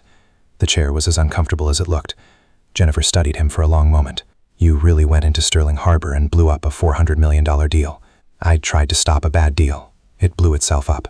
Derek says you sabotaged him. Derek's lying. Yeah. Jennifer's laugh was bitter. He's good at that. Helena said you might know something. Helena Marsh is a shark. She doesn't care about the truth. She just wants to win. Maybe, but right now we're on the same side. Jennifer looked at her coffee. I worked for Derek for 7 years. I scheduled his meetings, managed his calendar, screened his calls. I knew everything about his life. Her voice was tight, and he threw me away like garbage the second things got complicated. I'm sorry. Don't be sorry. Be useful. She reached into her bag and pulled out a thumb drive, set it on the table between them. That's 3 months of Derek's personal emails. His private account, not the corporate one. He used it for things he didn't want Aunt to see. Caleb stared at the drive. How did you get this? He gave me the password 2 years ago. Needed me to access something while he was traveling. Never changed it after. Jennifer pushed the drive toward him. There's stuff in there. Conversations with his brother. Discussions about Meridian. Plans. Plans for what? For getting rich. Her jaw tightened. Derek used to talk about it sometimes, late nights when we were working. He'd say things like, we're building something here, and loyalty gets rewarded. I thought he meant Sterling Harbor. Thought he was talking about building the company. She looked up, eyes hard. He was talking about building his exit strategy. Caleb picked up the thumb drive. It was small, light, felt like it should weigh more given what it might contain. Why are you giving this to me? He asked. Because I believed in him, believed he was different from all the other executives who treated their assistants like furniture, and I was wrong. Jennifer's voice cracked. He lied to me, used me, and when things fell apart, he didn't even have the decency to fire me himself, sent HR to do it, wouldn't take my calls. What do you want in return? I want him to lose. I want everyone to know what he did. I want his reputation destroyed the way he destroyed mine. She stood up, gathering her bag. Use it, burn him down, and when it's over, make sure people know it was me who gave you the match. She walked out before Caleb could respond. He sat there for a minute, thumb drive in his hand, coffee getting cold. Around him, people typed on laptops and had conversations about weekend plans and apartment hunting. Normal life, the kind he used to have before he walked into Sterling Harbor Capital with an envelope. His phone rang. Helena again. Did she show? Helena asked. Yeah, and she gave me something. Derek's personal emails. Silence on the other end. Then you're serious. Very. How much? 3 months worth. My office now. Don't let that drive out of your sight. Helena sat down across for Caleb. How did Jennifer seem? Angry? Hurt? Determined? Will she testify? I think so. If we need her, we might. Helena glanced at Sarah's laptop. If those emails show what I think they show, Jennifer Park just handed us the case. They waited. Sarah typed. The young guy, David, took notes on his laptop. Outside, the city dimmed as the sun sank behind buildings. After 20 minutes, Sarah looked up. This is authentic. Metadata matches Derek Foss's known devices and email patterns. Timestamps are consistent. No signs of alteration. What's in them? Helena asked. Sarah turned her laptop around. On the screen was an email dated 8 months ago. From Derek Foss to Richard Voss. Subject, timeline. We need to move faster. Vivian's getting pressure from the board to explore strategic options. If we don't position Meridian as a distressed asset now, someone else might swoop in with a better offer. I'm going to push for an accelerated sale timeline. You make sure Blackstone's ready to bid low and close fast. Helena read it twice. Keep going. Sarah scrolled. More emails. Derek and Richard discussing appraisal manipulation. Derek and Richard planning how to structure the deal to minimize scrutiny. Derek coaching Richard on what to say in bidder presentations. And then 3 months ago, this one. From Derek Voss to Richard Voss. Subject, RE, final numbers. 400 million is perfect. Low enough that we pocket a fortune on the flip. High enough that the board won't question it too hard. I've got Vivian convinced the market's soft. She trusts me. By the time anyone realizes what happened, we'll be long gone. The room was silent. Helena leaned back in her chair. We've got him. Is this enough? Caleb asked. This is more than enough. This is fraud, conspiracy, breach of fiduciary duty. This is everything we need to destroy Derek's countersuit and probably put him in prison. David was typing furiously. I'll start drafting the motion. We can file first thing tomorrow. No, Helena said. Everyone looked at her. We don't file yet, she continued. We use this as leverage. Derek doesn't know we have it right now. He thinks he's in a strong position. He thinks he can bleed Sterling Harbor dry with legal fees and bad publicity until they settle.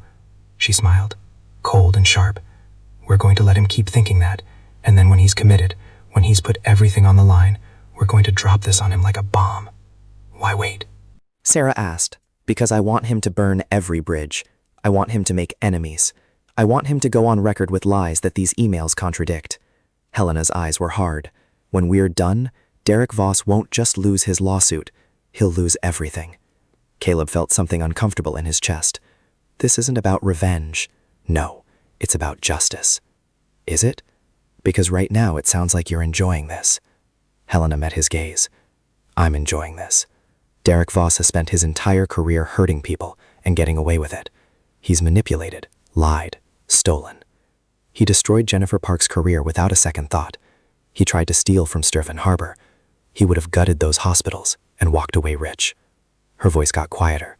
So yes, Mr. Monroe, I'm going to enjoy watching him pay for it. And if that makes me a bad person, I can live with that. Caleb wanted to argue, wanted to say there was a line between justice and vengeance. But he thought about Lily crying in the lobby, thought about Derek's face when he'd said, "This is your fault." Thought about all the people who'd worked at Meridian, who would have lost their jobs if the deal had gone through. How long do we wait? He asked. A week, maybe 2. Long enough for Derek to feel confident. Helena looked at Sarah. Make copies of everything. Multiple backups. I want this story in 3 different locations. On it. David, start building the timeline. Every email, every meeting, every lie. I want a narrative so airtight that a first-year law student could prosecute it. Yes, ma'am. Helena stood. Mr. Monroe, you should go home. Get some rest. This is going to get worse before it gets better. Caleb stood too. What should I tell Vivian? Nothing yet. The fewer people who know about this, the better. She deserves to know, and she will, when the time is right. Helena walked him to the door. You did good today. Getting those emails, that changed everything. Jennifer did the hard part. She did, but you're the reason she trusted us enough to hand them over. Helena's expression softened slightly. You have a gift for making people believe in things. Don't lose that. Caleb left the office and took the subway home. The train was packed with people heading back to their lives. He stood near the door, holding the overhead rail, thinking about what Helena had said. A gift for making people believe in things. He wasn't sure that was true. Mostly, he just felt tired. The apartment was dark when he got home. He'd forgotten that Lily had a sleepover at her friend Mia's house tonight. Mrs. Chen had picked her up from school.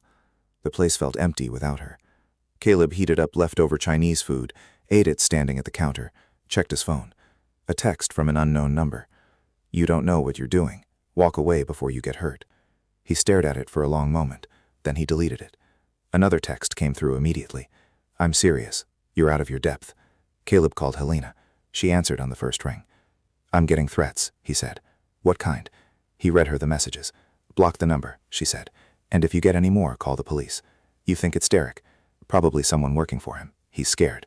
Good. I don't feel good about it. You're not supposed to. You're a decent person, but decent doesn't mean weak. You stand your ground. You call me if anything escalates, and you do not, under any circumstances, engage with whoever is sending those messages. Understood? Yeah. Get some sleep. Tomorrow's going to be busy. She hung up. Caleb blocked the number, checked the locks on the door and windows, turned off the lights, and lay down on his bed, still wearing his clothes. Sleep didn't come. He stared at the ceiling, thinking about Derek, about Vivian, about Helena's cold smile when she talked about revenge, about Jennifer Park's red eyes and broken voice. Everyone was broken somehow. Everyone had wounds. The question was, what you did with them. His phone buzzed. Another unknown number. Another text. Last warning. Caleb sat up, called Helena again. No answer. Called the police non-emergency line, waited on hold for 10 minutes, explained the situation to someone who sounded bored. Have you been physically threatened? The operator asked. No. But has anyone shown up at your residence? No. Then file a report online. Someone will follow up within 48 hours. The line went dead.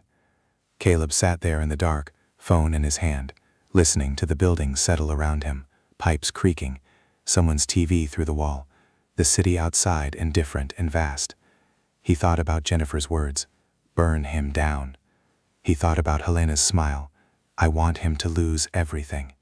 He thought about his own reflection in Sterling Harbor's lobby, holding Lily's hand, trying to do one good thing. Somewhere along the way, this had stopped being about saving hospitals. Now it was personal. Now it was war. And Caleb wasn't sure he knew how to fight a war. His phone rang. Helena, finally. I just saw your messages, she said. Are you okay? Yeah, the threats are escalating. That's actually a good sign.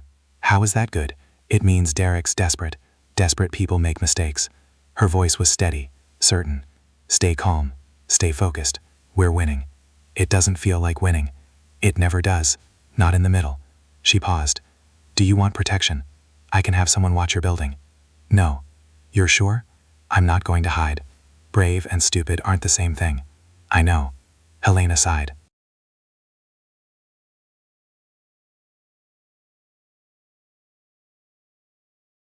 Fine. But you call me if anything happens. Anything. Don't try to handle this alone. Okay? I mean it, Mr. Monroe. I know. She hung up. Caleb lay back down, closed his eyes, tried to find sleep. It came eventually, thin and restless, full of dreams about boardrooms and hospitals, and his daughter's face pressed against glass. When he woke up, the sun was streaming through the window, and his phone was ringing again. Helena's name on the screen. Derek's holding a press conference, she said without preamble. Noon today. He's going to make a statement about the lawsuit. What kind of statement? The kind where he paints himself as a whistleblower who tried to save Sterling Harbor from a corrupt CEO and got destroyed for it. That's a lie. Of course it is, but lies told confidently on camera have a way of becoming truth. Helena's voice was tight. Vivian wants to respond. I told her to wait. Let Derek talk. Let him commit to a narrative, and then we'll dismantle it piece by piece. When do we use the emails? Soon, but not yet. I want him confident enough to make unforced errors. What if the board loses its nerve before then? Then we accelerate the timeline, but I don't think they will. Vivian's got them convinced that settling would be admitting guilt. The board cares about a lot of things, but reputation is at the top of the list. Caleb walked to the window. Outside, people were going about their lives. Work, errands, problems that had nothing to do with corporate fraud or legal battles. I have to pick up Lily from her sleepover at 10, he said. So pick her up. Take her to the park. Have a normal day. Helena's voice softened. You can't live every minute in this fight, Mr. Monroe. You'll break. I know. Do you? He thought about it. I'm trying to. That's all any of us can do. After she hung up, Caleb showered, changed clothes, made coffee. At 9:45, he walked to Mia's building, rang the bell. Maya's mom answered, a tired-looking woman with a baby on her hip. They're in the living room, she said. They've been up since 6, lots of energy. Caleb found Lily and Maya building a fort out of couch cushions. When Lily saw him, her face lit up. Daddy, look what we made. That's amazing, baby. Can we build one at home? Sure. They said goodbye to Maya and walked home together. Lily talked the whole way about the movies they'd watched and the pancakes they'd had for breakfast and how Maya's cat was scared of everything. Normal. Just normal. Back at the apartment, they built the fort, used every pillow and blanket they owned, made it big enough that they could both fit inside. Lily insisted on putting her stuffed animals in there too, arranged in a circle like they were having a meeting. What are they talking about? Caleb asked. Important stuff, Lily said seriously. Like what? Like how to make the world better. Caleb's chest tightened. And what did they decide? They decided that people should be nicer to each other and that everyone should get a turn. She looked up at him. That's fair, right? Yeah, baby, that's fair. They spent the afternoon in the fort. Caleb read to her from a library book about a mouse who went on adventures. Lily fell asleep halfway through, curled against his side. He sat there with her, breathing soft against his shoulder, the fort dim and warm around them. And for a little while, the rest of it fell away. The lawsuits, the threats, the emails, all of it. Just this, just her. His phone buzzed. He checked it carefully, trying not to wake Lily. A news alert. Derek's press conference was starting. Caleb found a live stream, turned the volume down low. Derek stood in front of a wall of microphones, looking every inch the wounded executive. Hair perfect, suit expensive, expression carefully calibrated to project sincerity and hurt. I've spent 12 years building Sterling Harbor Capital, he began. 12 years of my life dedicated to making that company successful. And now I'm being accused of fraud by people who know nothing about what actually happened. A reporter shouted a question. Derek held up a hand. "I'll take questions in a moment, but first I want to address the allegations directly. I did not commit fraud. I did not hide my relationship with Blackstone Ventures. I disclosed everything according to company policy. The Meridian sale was structured to benefit Sterling Harbor and its shareholders. The price was fair, the process was clean, and the accusations against me are nothing more than a coordinated attempt to cover up the real problem, which is," another reporter called out, "which is that Vivian Hart has lost control of her company. She's made enemies on the board. She's made questionable decisions that have cost shareholders millions. And when I tried to point this out privately, she retaliated by destroying my career and my reputation." Caleb felt sick watching it. Derek was good, polished, believable. The press conference went on for 20 minutes. Derek answered questions with the ease of someone who'd rehearsed every response. He positioned himself as the victim, Vivian as the villain, and Sterling Harbor as a company in crisis. By the time it ended, social media was already picking up the narrative. Posts defending Derek, articles questioning Vivian's leadership, commentary about corporate governance and accountability. Caleb's phone rang. "Helena, you watching this?" she asked. "Yeah, he just made our job easier." "How do you figure?" Because everything he just said is on record, and when we release those emails, every single word of this press conference is going to look like perjury. Elena's voice had an edge to it. He hung himself. He just doesn't know it yet. When do we release them? Monday. Give the weekend news cycle time to run with Derek's version. Let him bask in it. Let him think he's winning. She paused. And then we bury him. Lily stirred against Caleb's side, murmured something in her sleep. "I have to go," Caleb said quietly. "Understood. Enjoy your weekend, Mr. Monroe. It's the last peaceful one you're going to have for a while." The line went dead. Caleb set his phone down, looked at the fort around them, the stuffed animals in their circle, his daughter sleeping peacefully against him.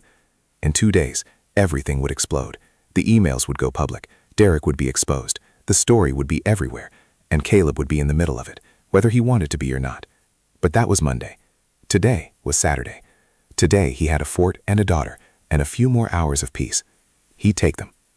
Monday morning came too fast. Caleb woke before dawn to the sound of his phone vibrating against the nightstand. 3 missed calls from Elena, 2 from numbers he didn't recognize, a dozen text notifications. He checked the news first. The story had broken an hour ago. The headlines were everywhere.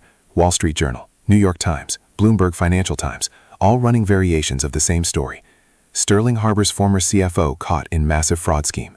Evidence of conspiracy with buyer.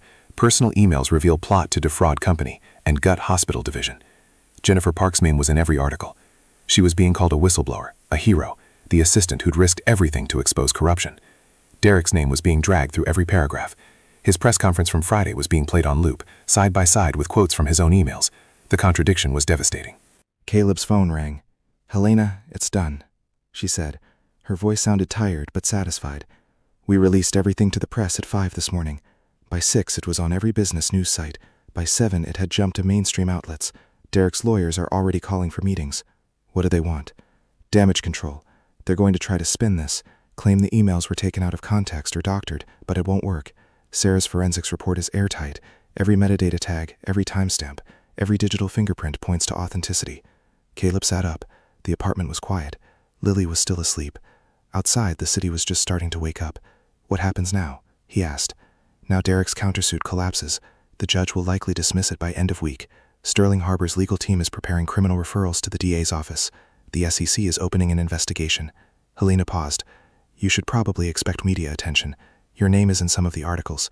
They're calling you the trustee who exposed the fraud. I didn't expose anything. Jennifer did. The story doesn't care about accuracy. It cares about narrative. And the narrative is that a single dad stood up to a corrupt CFO and saved a hospital." Caleb felt his stomach turn. "I don't want to be part of the story. Too late. You already are." Her voice softened. "Look, I know this isn't what you signed up for, but the attention will die down. Give it a week, maybe 2. People will move on to the next scandal. What about Derek? What about him? Is he dangerous?" Helena was quiet for a moment. "Cornered animals do unpredictable things. I've got someone watching your building, discreetly. You won't see them, but they're there. Helena, non-negotiable, Mr. Monroe. Your safety matters. Lily's safety matters. Let me do my job." She hung up before he could argue. Caleb got out of bed, made coffee, checked the locks on the door, even though he checked them before bed, stood at the window watching the street below. everything looked normal. People walking dogs, delivery trucks making their rounds. He wondered which car had Helena's person in it. At 7, Lily woke up. She stumbled into the kitchen, rubbing her eyes, her hair a disaster. "Morning, baby," Caleb said. "Is today a school day?" "Yeah. Can we have pancakes?" They didn't have time for pancakes. They barely had time for cereal. But Caleb looked at his daughter standing there in her pajamas with the pink rabbits on them, and he couldn't say no. Sure, pancakes. He made them from the box mix, slightly lumpy, slightly burned. Lily drowned hers in syrup and ate them with her hands while watching cartoons. Normal morning, normal routine. Nothing about the world falling apart outside their door. At 8:15, they left for school. Caleb held Lily's hand, walked their usual route. At the corner, he noticed a black sedan parked across the street, tinted windows, engine running. He didn't look directly at it, but he felt its presence like pressure against his back, Helena's person watching. At the school gates, Lily turned to hug him. "Love you, Daddy. Love you too, baby. Are you going to be here when school's done?" The question made his chest hurt. "Yeah, I'll be here." "Promise?" "Promise." She ran off to join her class. Caleb watched until she disappeared inside. Then he walked to the subway, very aware of the sedan pulling away from the curb and sliding into traffic behind him. He took the train to Helena's office. The lobby was busier than last time, several people in expensive suits waiting near the elevators, all of them looking tense. When Caleb gave his name to reception, the young guy's eyes widened. "Miss Marsh is expecting you," he said quickly. "Conference room B." Caleb found his way back. The same room, the same windows looking out at the city, but this time there were more people. Helena, Sarah Chen, David Ross, and 3 others Caleb didn't recognize. They had papers spread across the table, laptops open, phones out. Helena looked up when he entered. "Mr. Monroe, good timing. We're about to call Vivian." "Why?" "Because the board is meeting in an hour and she needs to know what we're planning." "Which is what?" Helena gestured to a chair. Caleb sat. She hit a button on the conference phone. It rang twice before Vivian answered. "Helena." "Vivian, I'm here with my team and Caleb Monroe. We're on speaker. I saw the news." Vivian's voice sounded strained. "My phone's been ringing since 5:30. Board members, investors, reporters, everyone wants to know what the hell happened. What happened is we proved Derek Voss is a fraud. You could have warned me. We warned you Friday. You knew the emails existed. You knew we were going to release them.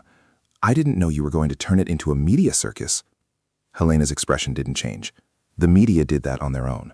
We simply provided the evidence. What they chose to do with it isn't our responsibility." There was a pause. When Vivian spoke again, her voice was quieter. "The board wants to settle Derek's lawsuit, pay him to make this go away." "That's insane," Helena said. "That's politics. They're worried about the company's reputation, about shareholder confidence. They think dragging this out in court will do more damage than paying Derek off. The lawsuit is going to be dismissed. Derek has no case. I know that.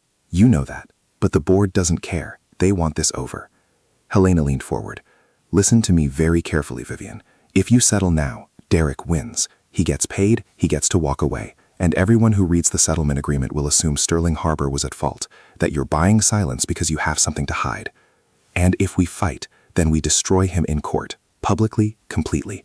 We make an example that says fraud has consequences." Helena's voice was steel. "But it's your call. You're the CEO." The line was quiet. Caleb could hear papers rustling on Vivian's end, someone talking in the background. "What does the evidence look like?" Vivian asked finally. Sarah Chen spoke up. "Airtight. We have emails proving Derek conspired with his brother to structure the Meridian sale as a below-market transaction. We have records showing he failed to disclose his financial interest in Blackstone Ventures. We have testimony from Jennifer Park about how Derek instructed her to delete certain communications.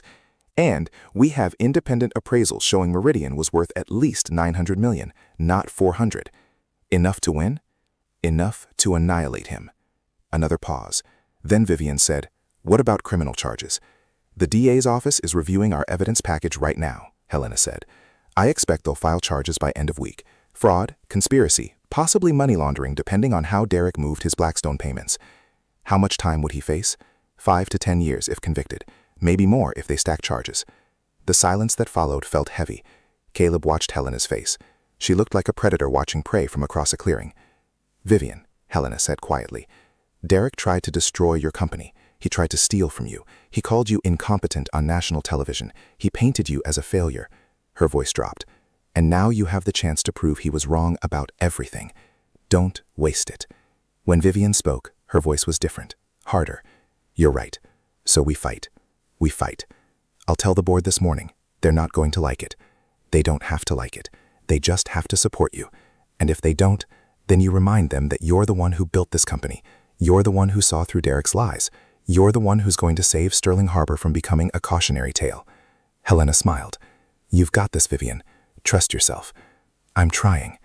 Try harder. Vivian laughed. Sounded talented but genuine.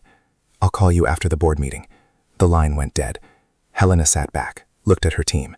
Sarah, make sure the DA has everything they need. David, start drafting the motion to dismiss Derek's suit. I want it filed by tomorrow morning. They nodded and went back to their laptops. Helena turned to Caleb. How are you holding up? I'm fine. Liar. Caleb almost smiled. I'm managing.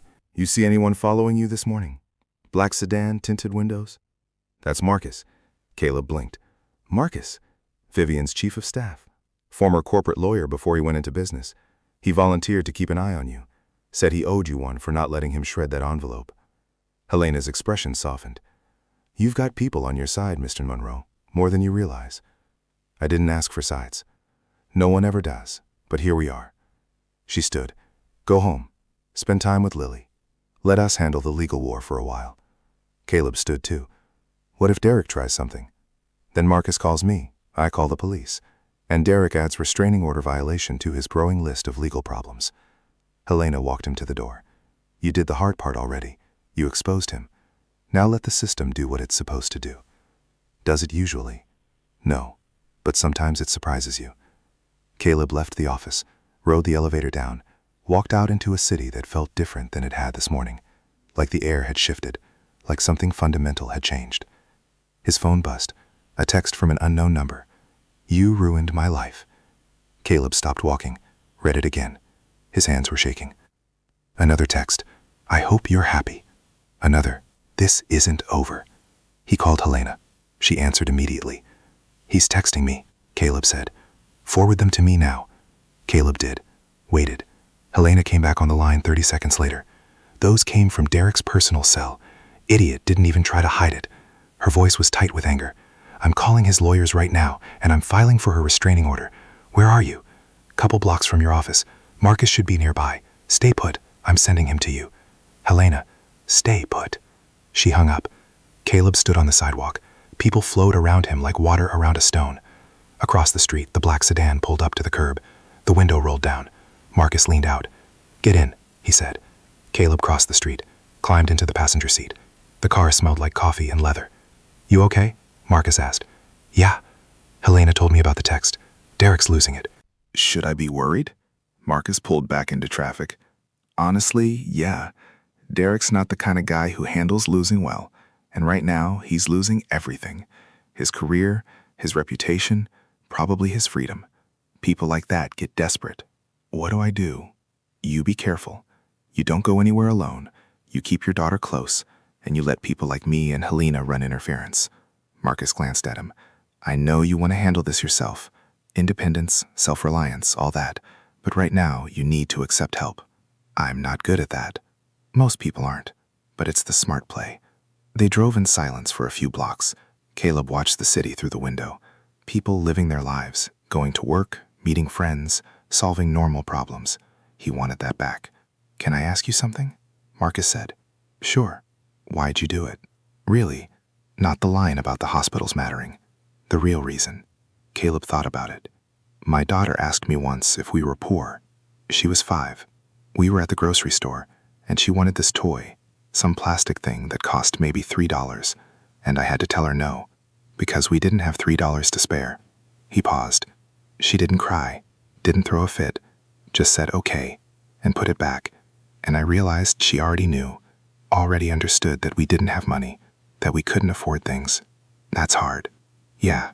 And I thought about all the things I couldn't give her, the better apartment, the nicer clothes, the vacations other kids got to take, all the ways I was failing her. Caleb's voice got quieter, but then I thought about the hospital, about how when she broke her arm, the doctors were kind, how they didn't make us feel poor or less than, how they just took care of her. He looked at Marcus. I couldn't give Lily a lot of things, but I could make sure that hospital stayed open. Make sure other kids got the same care she got. That was something I could do. Marcus nodded slowly. You're a good dad. I'm trying. That's all anyone can do. They pulled up in front of Caleb's building. Marcus put the car in park. I'll be here until 6, he said. Then someone else takes over. You won't see them, but they'll be watching. How long is this going to last? Until Derek's in custody, or until he does something stupid enough that we can get him locked up for violating the restraining order?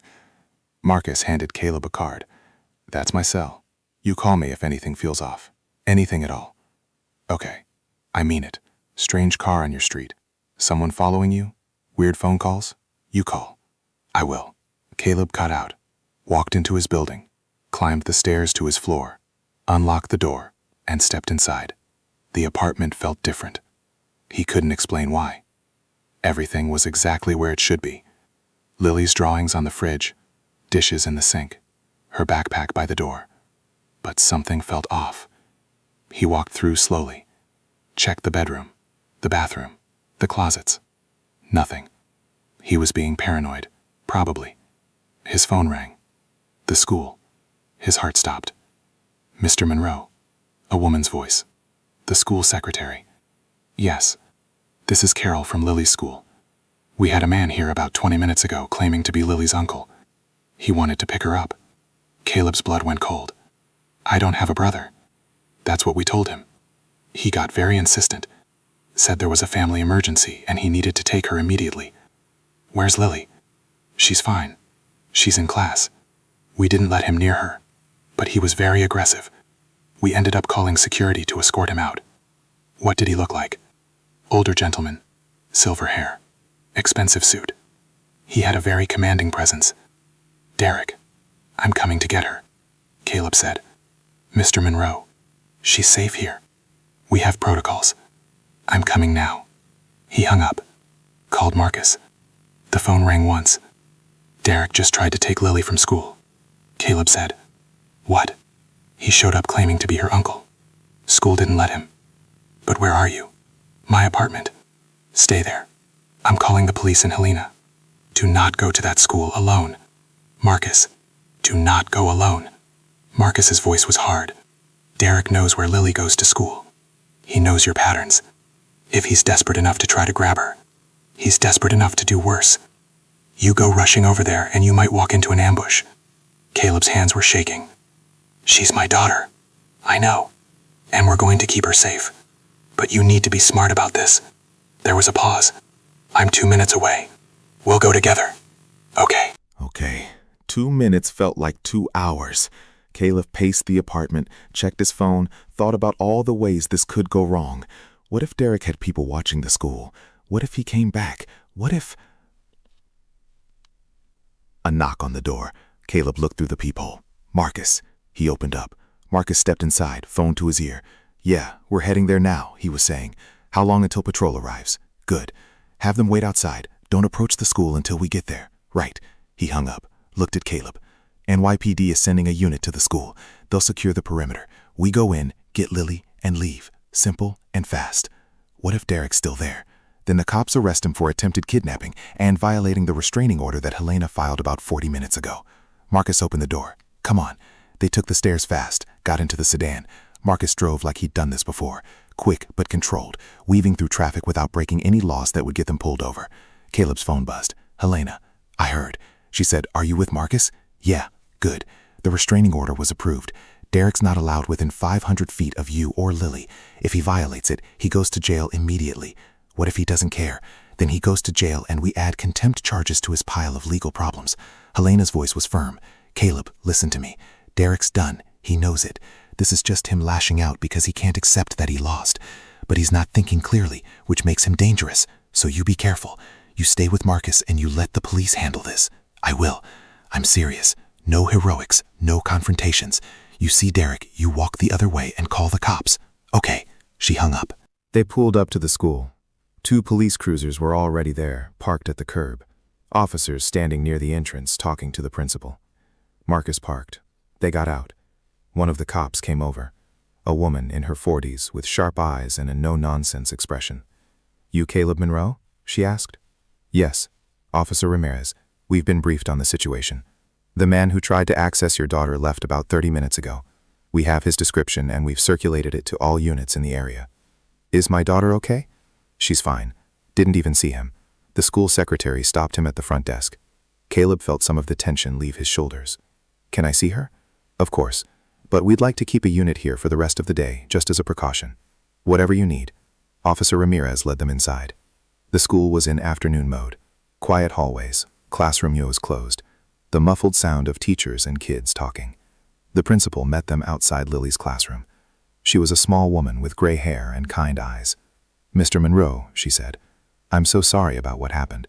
We take security very seriously here. I know. Thank you for protecting her. Of course. The principal looked at Marcus and the police officers.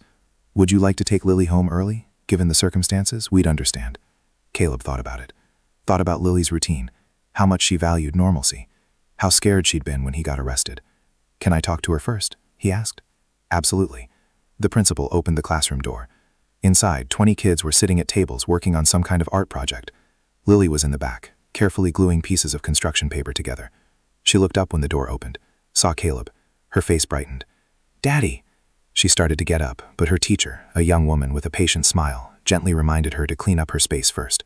Lily carefully put away her materials, then ran to the door. Caleb crouched down, hugged her. Hey, baby. What are you doing here? School's not over yet. I know. I just wanted to check on you. I'm okay. We're making cards for Mother's Day. Her expression fell. But I don't have a mom to give it to. Caleb's heart broke a little. You could make one for Mrs. Chen? She'd love that. Lily's face brightened again. Okay. She looked past him at Marcus and the police officers standing in the hallway. Why are the police here? They're just making sure everyone's safe. Because of the bad man? Caleb froze. What bad man? The one who came to the office. Miss Carroll told us about it. She said a man tried to pretend to be someone's uncle, but he was lying. Lily looked up at him with those two knowing eyes. Was he trying to get me? There was no point lying. She was too smart for that. Yeah, baby. He was. Why? Because he's angry at me and he's trying to scare us. Is it the same man from before?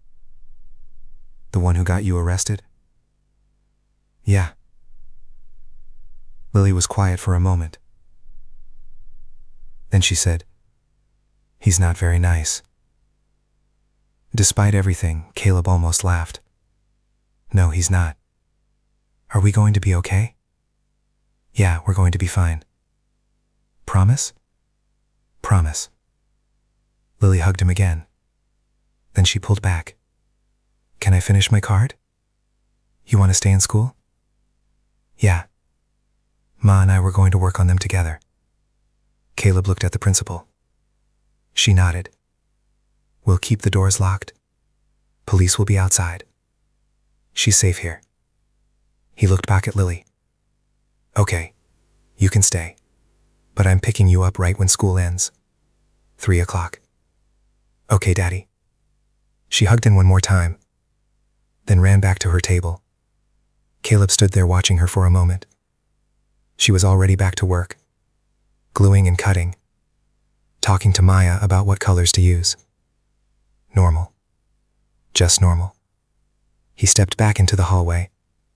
The principal closed the door gently.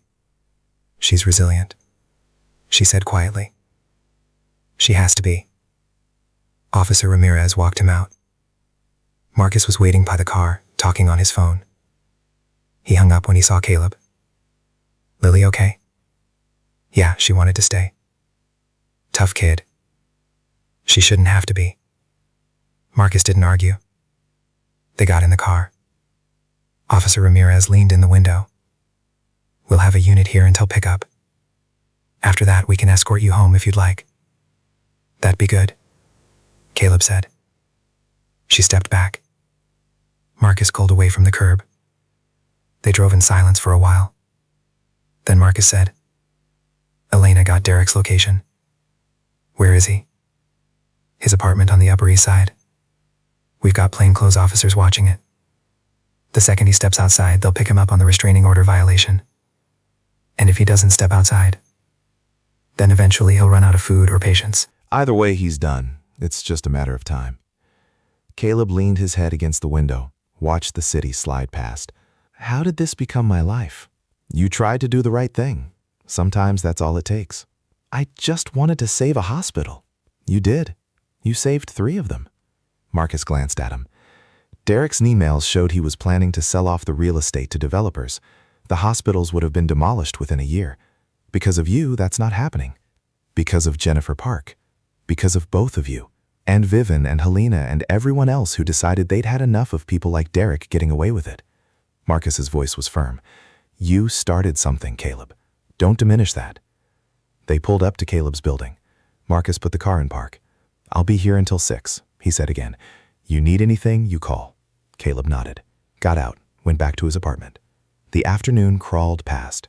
He tried to work, had some invoices to process for the printing company, but he couldn't focus. His mind kept going to Lily at school, to Derek in his apartment, to all the ways this could still go wrong. At 2:30, he left to pick up Lily. Marcus drove him. The police cruiser was still outside the school. Everything looked normal. At 3 o'clock exactly, the doors opened and kids poured out. Lily came running, backpack bouncing, holding a construction paper card covered in glitter. Look what I made, she said, shoving it at him. It was a card with "Thank you, Mrs. Chen," written in careful letters. Inside, a drawing of 3 stick figures, Lily, Mrs. Chen, and Caleb holding hands. It's beautiful, baby. Can we give it to her now? Sure. They walked to Mrs. Chen's building. Lily ran ahead, excited. When Mrs. Chen opened the door, Lily thrust the card at her. I made this for you. Mrs. Chen took it carefully, read it, looked at the drawing. When she looked up, her eyes were wet. This is the most beautiful thing anyone's ever given me, she said. Really? Really. Mrs. Chen hugged her. Thank you, sweet girl. They stayed for cookies. Mrs. Chen always had cookies, and then walked home. The police escort followed at a distance. Marcus was still in his black sedan, a constant shadow. That night, Caleb made dinner. Spaghetti from a jar, garlic bread from the frozen section. Lily helped, standing on a chair to stir the sauce. Daddy, she said while they ate. Yeah? When is the bad man going to stop being bad? Caleb set down his fork. Soon, I hope. And then will things go back to normal? Yeah, then things will go back to normal. Lily nodded, twirled spaghetti on her fork. Good. I like normal. Me too, baby. After dinner, after bath time, after stories and tucking in, Caleb sat in the living room with all the lights off, just sitting there in the dark, thinking about everything that had happened in the last 2 weeks. His phone buzzed. Helena. Derek was just arrested, she said without preamble. Caleb sat up. When? 20 minutes ago. He tried to leave his building through the service entrance. Cops were waiting. He's in custody now. What's he charged with? Restraining order violation, attempted kidnapping, criminal harassment. That's just a start. The DA will add the fraud charges once their investigation is complete. Caleb let out a breath he hadn't realized he'd been holding. So, it's over? The criminal part is just beginning, but the immediate threat? Yeah, that's over. Derek's not getting bail on these charges. Judge is going to see him as a flight risk given his financial resources. How long will he be in jail? Until trial? Could be months, could be a year. Helena paused. You did it, Caleb. You and Lily are safe now. What about the hospitals? Sterling Harbor's board voted this afternoon to keep the Meridian division.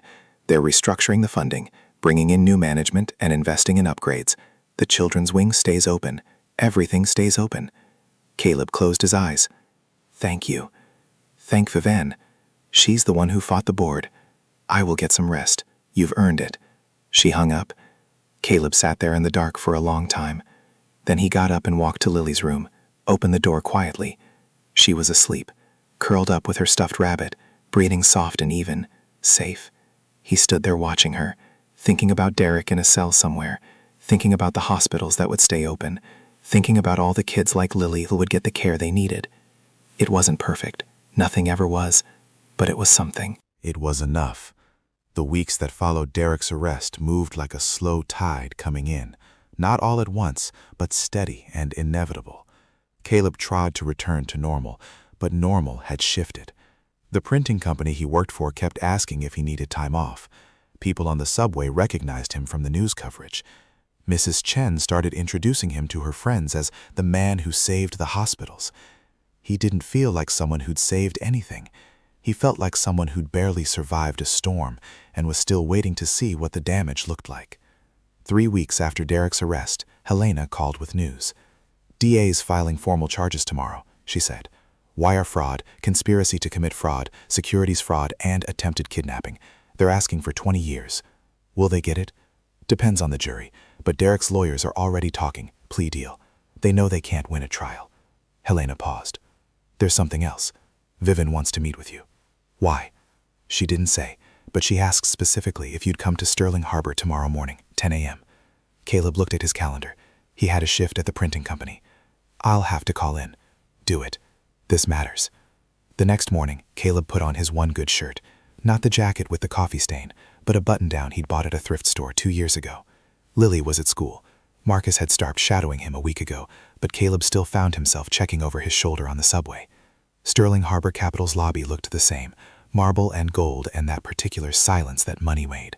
But Gabrielle at the reception desk smiled when she saw him. Actually smiled. "Mr. Monroe," she said, "Mart is expecting you. I'll take you up." She came around the desk, led him to the elevator. They rode up together in silence. When the doors opened on the 37th floor, she gestured down the hall.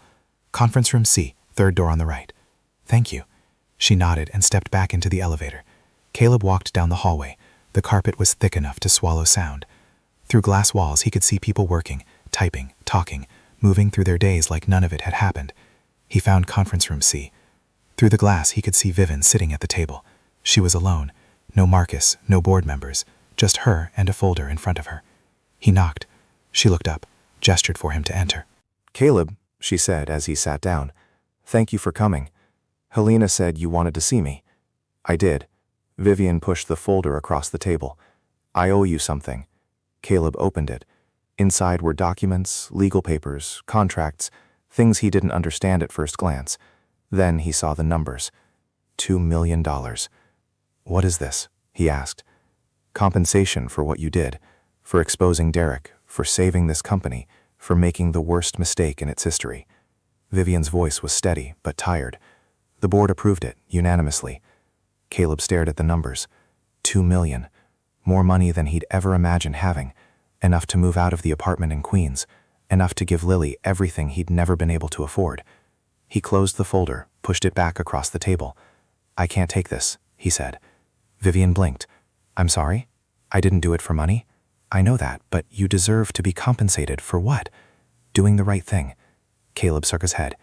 "If you pay me, it changes what happened, makes it transactional, like I was just another person looking for a payout. You're not. I know I'm not. But that's what people will say. They'll say I engineered the whole thing to get rich, that I used Lily to manipulate you, that it was all a con." He met her eyes. "And I don't want my daughter growing up thinking her father sold his integrity for a check." Vivian was quiet for a long moment. Then she said, "You're serious?" "Yeah. You're turning down $2 million. "Yeah." She laughed. It wasn't mean or mocking. It sounded almost relieved. Everyone else in this building would take the money and run. Derek would have. Most of the board would have. Hell, I probably would have. You wouldn't? How do you know? Because you're still here. You could have settled with Derek, paid him off, made the whole thing go away quietly. But you didn't. You fought. Caleb leaned forward. We're not that different, you and me. We both grew up knowing what it feels like to have nothing, and we both decided that some things matter more than getting paid. Vivian's expression softened. What do you want then? There has to be something. Caleb thought about it. About Lily's question, are we poor? About the hospital that had taken care of her without judgment. About all the other kids who needed the same thing. The children's wing at Meridian, he said. It needs renovations, new equipment, better facilities. We're already budgeting for that. Double the budget, make it the best children's hospital in the city, and put a scholarship fund in place for families who can't afford care. Vivian pulled out her phone, made a note. Done. What else?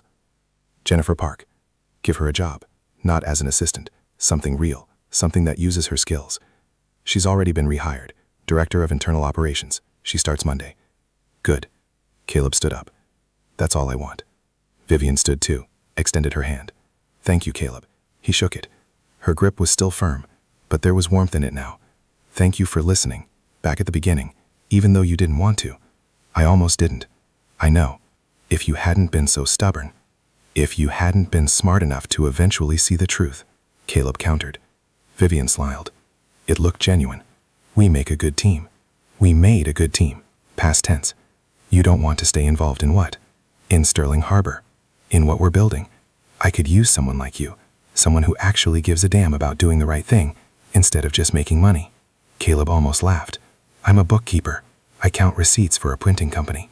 I don't belong in a place like this. That's where you're wrong. You belong here more than most of the people who work in this building. You see things clearly. You're not corrupted by the money or the power. Vivian's voice was serious. I'm offering you a job, advisory role. You'd work directly with me on strategic decisions. Help me make sure we never end up in a situation like Derek again. I don't have an MBA. I don't have business experience. You have something better. You have a moral compass that actually works. She paused. Think about it. At least the offer's open. Caleb wanted to say no immediately, wanted to go back to his small life and his quiet apartment and his daughter who needed him. But something in Vivian's expression stopped him. I'll think about it, he said. That's all I ask. They walked to the elevator together. As they waited, Vivian said, Can I ask you something? Sure. Why did you bring Lily that day to the first meeting? You must have known it would be hard on her. Caleb had thought about this question a lot over the past few weeks. Because I didn't want to lie to her. I could have left her with Mrs. Chen and told her I was at work. But then if something went wrong, if I got arrested or hurt, she'd find out I'd lied. And I never want her to think she can't trust me. Sachi paused. My dad lied to me about everything. Where money went, why we moved so much, why we couldn't have things. And when I finally figured out the truth, that he was a drunk and a gambler who couldn't keep his life together, I stopped believing anything he said. So you brought her to show her the truth? I brought her because whatever happened, I wanted her to see that her dad tried, that he showed up, that he fought for something that mattered. Caleb's voice got quieter. Even if I failed, I wanted her to know I tried. The elevator arrived. They stepped in. She's lucky to have you, Vivian said. I'm lucky to have her. They rode down in silence.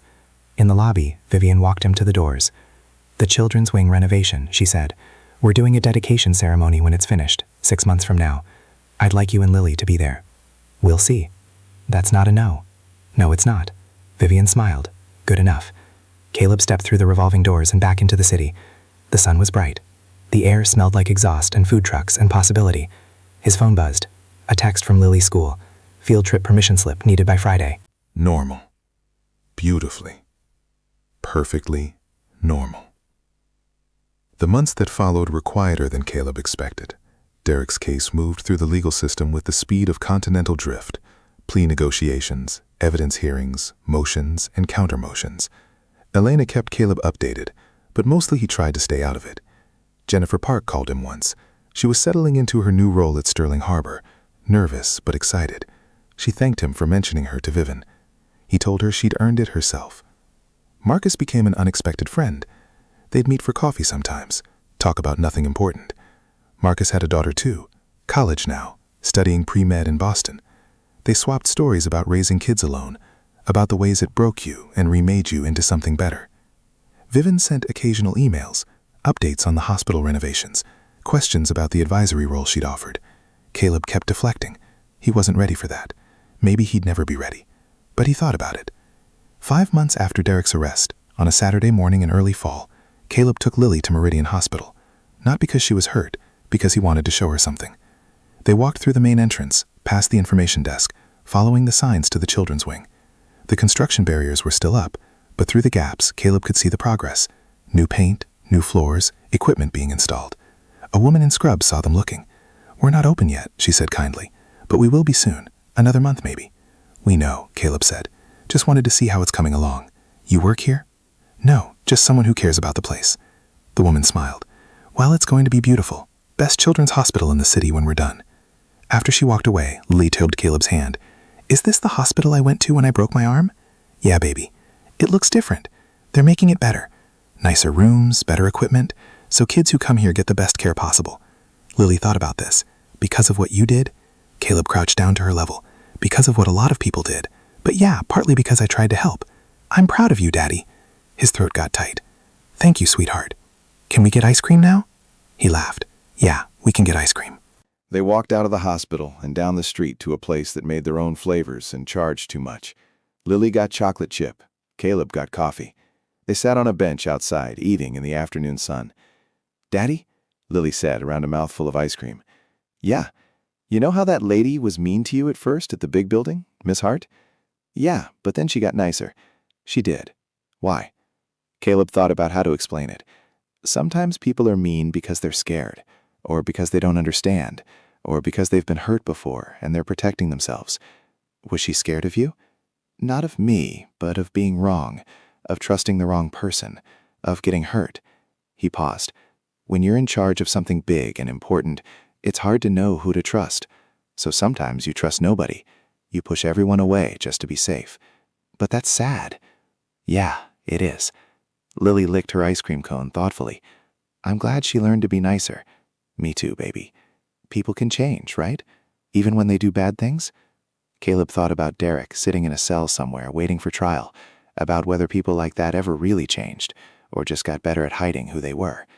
"Some people can," he said carefully, "if they want to, if they're willing to do the work and admit they were wrong. And some people can't. Some people don't want to. They'd rather keep being who they are and blame everyone else for their problems." Lily nodded like this made sense. Then she said, "I think the lady, Miss Hart, she wanted to change. That's why she did." "Yeah, I think you're right." "Good." Lily finished her ice cream.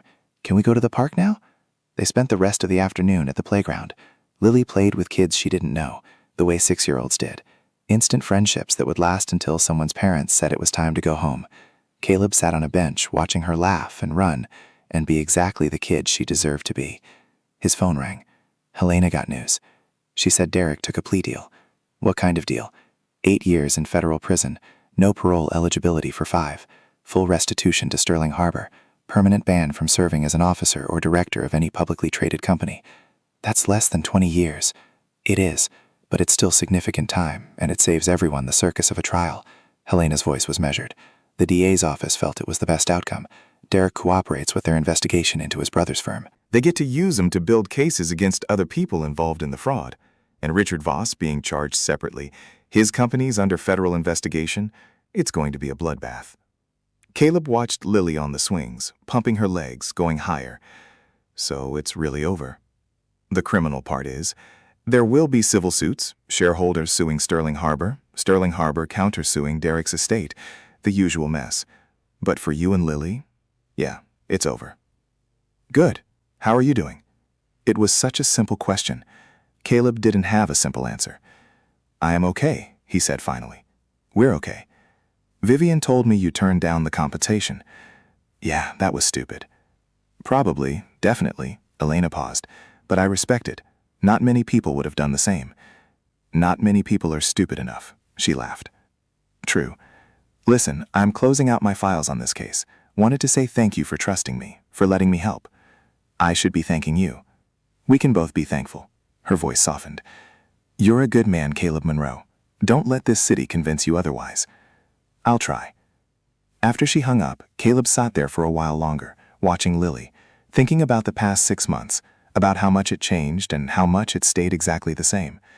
He still lived in the same apartment, still worked the same job, still worried about money and whether he was doing right by his daughter. But something was different. Something inside him had shifted. He'd stood up to people who had more power, more money, more of everything, and he'd won. Not perfectly, not completely, but enough. And maybe that was the point. Not winning perfectly, just winning enough. Just showing up and trying, and refusing to quit even when quitting would have been easier.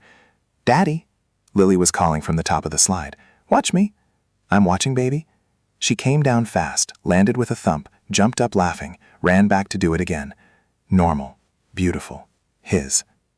6 weeks later, on a cold Saturday in November, Caleb and Lily stood in front of Meridian Hospital's newly renovated children's wing. There was a ribbon stretched across the entrance, a crowd of people, doctors, nurses, administrators, reporters, families, and at the center, Vivian Hart, in a dark coat, looking professional and nervous. She saw Caleb and Lily in the crowd, waved them forward. I saved you spots up front, she said. They worked their way through the crowd.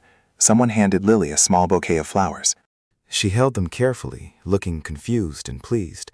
A woman at a podium started speaking, thanking donors, thanking the construction team, thanking Sterling Harbor Capital for their investment. Vivian was called up to say a few words. She talked about the importance of accessible healthcare, about Sterling Harbor's commitment to the community, about how sometimes the right thing to do was also the hardest thing to do. Then she paused and looked directly at Caleb. This renovation wouldn't have happened without someone having the courage to speak up when it mattered, she said. Someone who saw something wrong and refused to stay quiet. Someone who risked everything to protect something he believed in. She gestured toward him.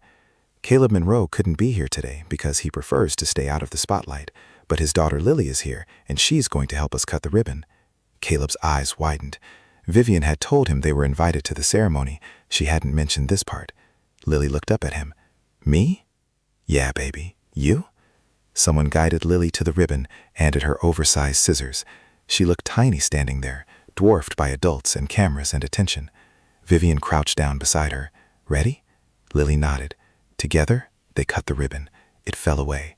The crowd applauded, cameras flashed, and Lily turned to look at Caleb with the biggest smile he'd ever seen.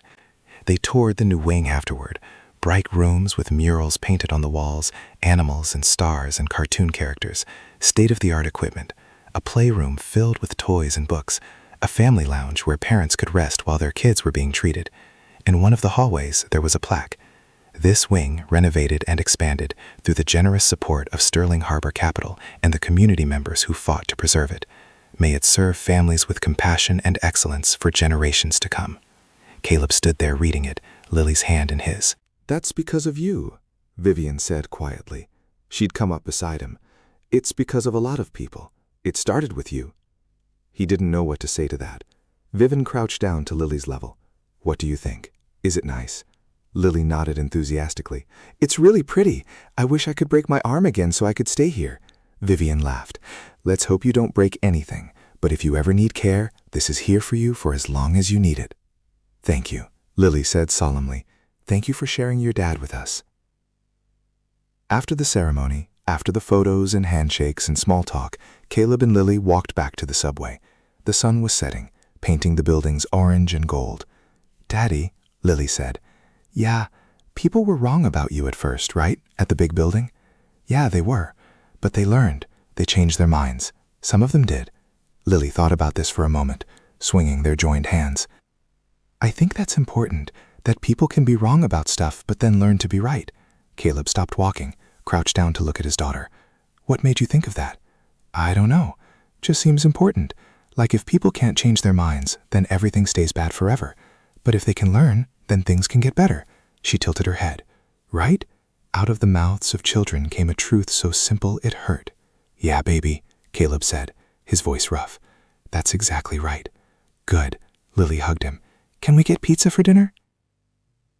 They got pizza, the cheap kind from the place on the corner that knew them by name, ate it in their apartment with the radiator clanking and the neighbors arguing through the walls, and everything exactly as it had always been, except Caleb felt different, lighter somehow. After Lily was in bed, he sat at the kitchen table with a cup of tea and his laptop, opened his email, found the message from Vivian that had been sitting there for 2 weeks, still thinking about the advisory role. No pressure, but the offer stands. We could use someone like you. He had replied, typed slowly. I'm still not sure I'm the right person for this, but I'm willing to try. Part-time to start. I need to be there for Lily. He sent it before he could second-guess himself. The response came 10 minutes later. Part-time works. Welcome to Sterling Harbor, Caleb. We'll figure out the rest as we go. Caleb closed the laptop, walked to Lily's room, stood in the doorway watching her sleep. The world wasn't perfect. He wasn't perfect. They still lived in an apartment that was too small and too expensive. He still worried about money, still wondered if he was doing enough. But Lily was safe. The hospitals were safe. Derek was in prison.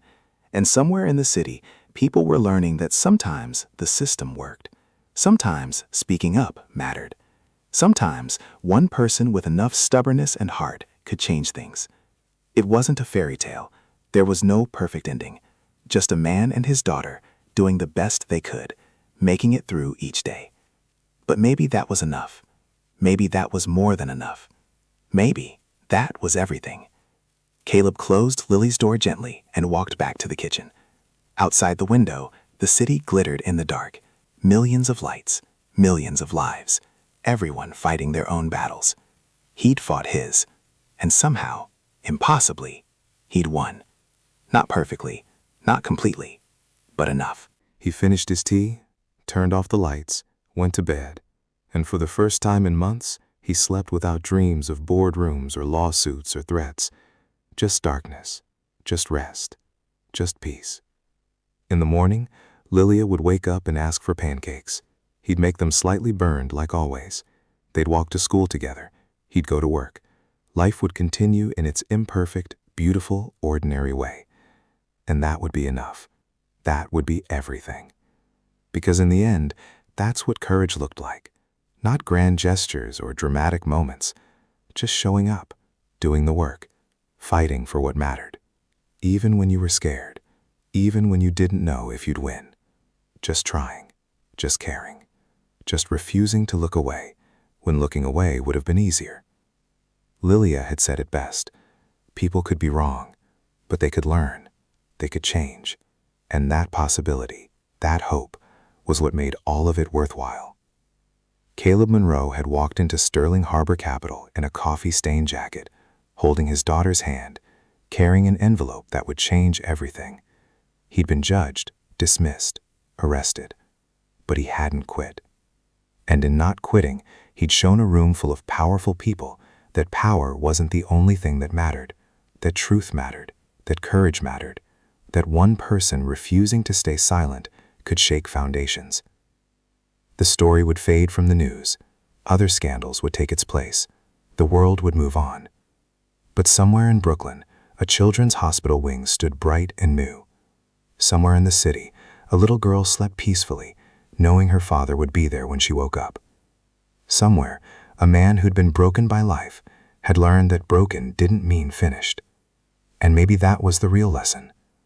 Not that good always wins, not that justice always prevails, but that trying matters, that showing up matters, that even when you're scared and uncertain and completely out of your depth, you can still make a difference.